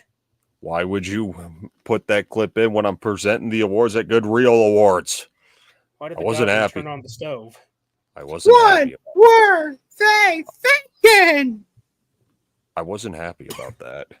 I mean, I was happy to do the thing, but my God, it's like, why did you use that clip? Could you have used a better clip with that character, assuming there was much? I mean, I've only seen the movie once, but fuck. That movie was something interesting for sure. But again, The Predator is another example of what I was kind of alluding to, where it's like you can't recapture that magic because you got one of the ghostwriters who also played a character from the original movie penning the script and directing The Predator. So, yeah, and look how that turned out. Yeah. It was pretty bad. Yeah. Well, circling back to the tokenization thing before we wrap up here, because we are running at 3 hours and 10 minutes. But hey, Jesus Christ, almost midnight. It's kind of par for the course in war and pop culture. You guys already know. We Yeah. we tend to ramble and we go off on different branches of topics, but that's why we do it. It's always fun. Exactly. So I put up a poll about tokenization, and 80% said yes, they have a problem with it, and 20% said no. So 2 people don't have a problem with tokenization, which, I mean, I was kind of expecting it. Typical. Again, full disclosure, like, yeah, I get it. Some people, they don't care about it. The thing is, I've said this before, I can't remember. It doesn't matter ultimately if you don't believe in it or if you don't agree with it. The point is, it happens. And it's happened enough times that people are pointing it out and calling bullshit on it. Because you can't sit there and tell me that you're cool with Hollywood race swapping every ginger that comes up on screen. Like, yeah. Oh, yeah, I'm totally cool with it. Every freaking ginger character that you can Ariel from The Little Mermaid, a Danish fucking fairy tale, and you make her You make her black. Like, why? Why can you do Because your we're own mermaid progressive. movie? Yeah, Oh, progressive, just wait. sure. Or just wait till they do Brave. If they ever make a live action Brave, I'm pretty sure she's gonna be Don't black. give them ideas. You know what? They did the same thing with How to Train Your Dragon. Oh, yeah. don't Yeah. start. Yeah, except she was a blonde. But the point still The stands. point- You take a freaking that I haven't seen How to Train Your Dragon, but based on what I have seen, pictures and such, it looks like it's based somewhat in like Norse mythology, Yeah, or Vikings. Scandinavian, right? White hair, white people, blonde hair, blue eyes. Mm-hmm. But then you just throw in, oh, we're gonna race swap because why not, right? I hate Yeah. that because watch this. It's usually only happening in one direction because you're rarely, if not ever, going to see a black character get tokenized. It does happen, and it has happened where a black character was swapped for an Asian version. I can't then the character that happened to escapes me, but it did happen. It doesn't happen often, but it does. And when it happens in that kind of instance as well, I'm going to call bullshit. For example, Storm from the X-Men. If they ever made her white, or they made her anything other than black, I'm going to have a problem because she's from Africa. Her character has always been black, and she should remain as such. Same thing with Falcon. They tokenized Falcon in his own movie. Well, Captain America.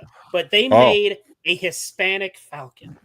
Meanwhile, Yep. you got the actual Falcon, who was a tokenization of himself. So he got tokenized too. It's like a double negative tokenization. It's like they can't stop with this. Double whammy. Leave the freaking characters as they are. I don't understand why you can't do a simple translation or carry over when you are adapting a source material. Keep Now- the characters as they are. What narrative purpose does it serve to make Captain America a black guy? It's as I've said many times, it's a fucking vanity project. But I was going to say this about Storm since you brought her up. Just make sure that the actress can stay consistent with the accent. That's very true. I mean, I didn't mind Halle Berry as Storm. She was okay. Yeah. But in the first movie, she has that accent and that really cringy what happens to a toad when it gets struck by lightning. Yeah. But then the next two movies come along and yeah, no accent at all. Like full on American. It's like, okay, I guess you just didn't want to do it anymore. I understand though. Acting is hard. Yeah, I'm quoting the possum when he talked about Hemsworth and Ghostbusters 2016. Very true. Yeah. Okay, well, last thoughts on tokenization specifically from Carter. Any last things you want to say about good old Severus Snape before we sign off for the night? I'm pretty sure that there's only one person or two people that could play Severus Snape. Alan Rickman, rest his soul, like I said again, and Adam Driver. This casting Poo, Panda Bear, whatever his fucking name is a bad casting choice. Now, no disrespect to the actor. I'm pretty sure you're a good actor, but the casting is not that good. I mean, what? It's just bad. Just no. Adam Driver should play Severus Snape. If you don't like it, you can fight me in the parking lot, or you can fight me. Other than that, to the writer or the casting director or whoever thought it was a good idea to cast him, you're a fucking moron. You're a big fucking moron, and you need to be fired immediately. Shut it down. Don't hire him. You are He's a part piece of of the shit. Rebel Alliance and a traitor. Take her away. Shut it down now. Sorry, I was quoting John Taffer. Okay. But Jesus. I guess that's it. Yeah. Yeah. All right. Anything on the docket? You gonna let me do my spiel? Sorry. Thank you all very much for tuning in. Had a good turnout this time around. We had the Sergeant, which he's here twice. J-Man, T-Con, Kyle. Appreciate all you guys coming out, having a little chat. Thank you all to everyone who voted in the polls. That was really cool. I like doing these polls. It kind of helps with. They especially fit for a stream like this. 100%. Oh, yeah. We have someone that I have not seen in the chat. Glem Chandler, how you doing? You're actually just catching us as we're ending the stream, but welcome to the War on Pop Culture. I'm glad that we decided to bring this back. I know me and Dan have been talking about wanting to do more discussion streams, and I think this was a good little comeback to sort of fill in the gaps between when we do watch-alongs. Welcome, Glem. Welcome to the channel. Unless you've already been here, but regardless, welcome. For everyone else, thank you guys for hanging out with us for the past 3 hours. Join us next week as we wrap up Frightful February in March. It's kind of like becoming it's kind of like becoming a common thing where we're kind of either behind on the game or ahead of the game. Regardless, timing, Mostly schedules. behind. Yeah, it's weird. It gets Equipment pretty weird. malfunctions. It gets weird. But the point is, we are going to wrap up Frightful February. Watch-along streams are going to go on a bit of a hiatus for, I want to say, about a week, maybe 2. We'll see what happens. After Frightful February, we will be doing our Lord of the Rings watch-along series, and we will be joined by Michael Wolfman, a.k.a. Wolfman, from Mega Movie Z.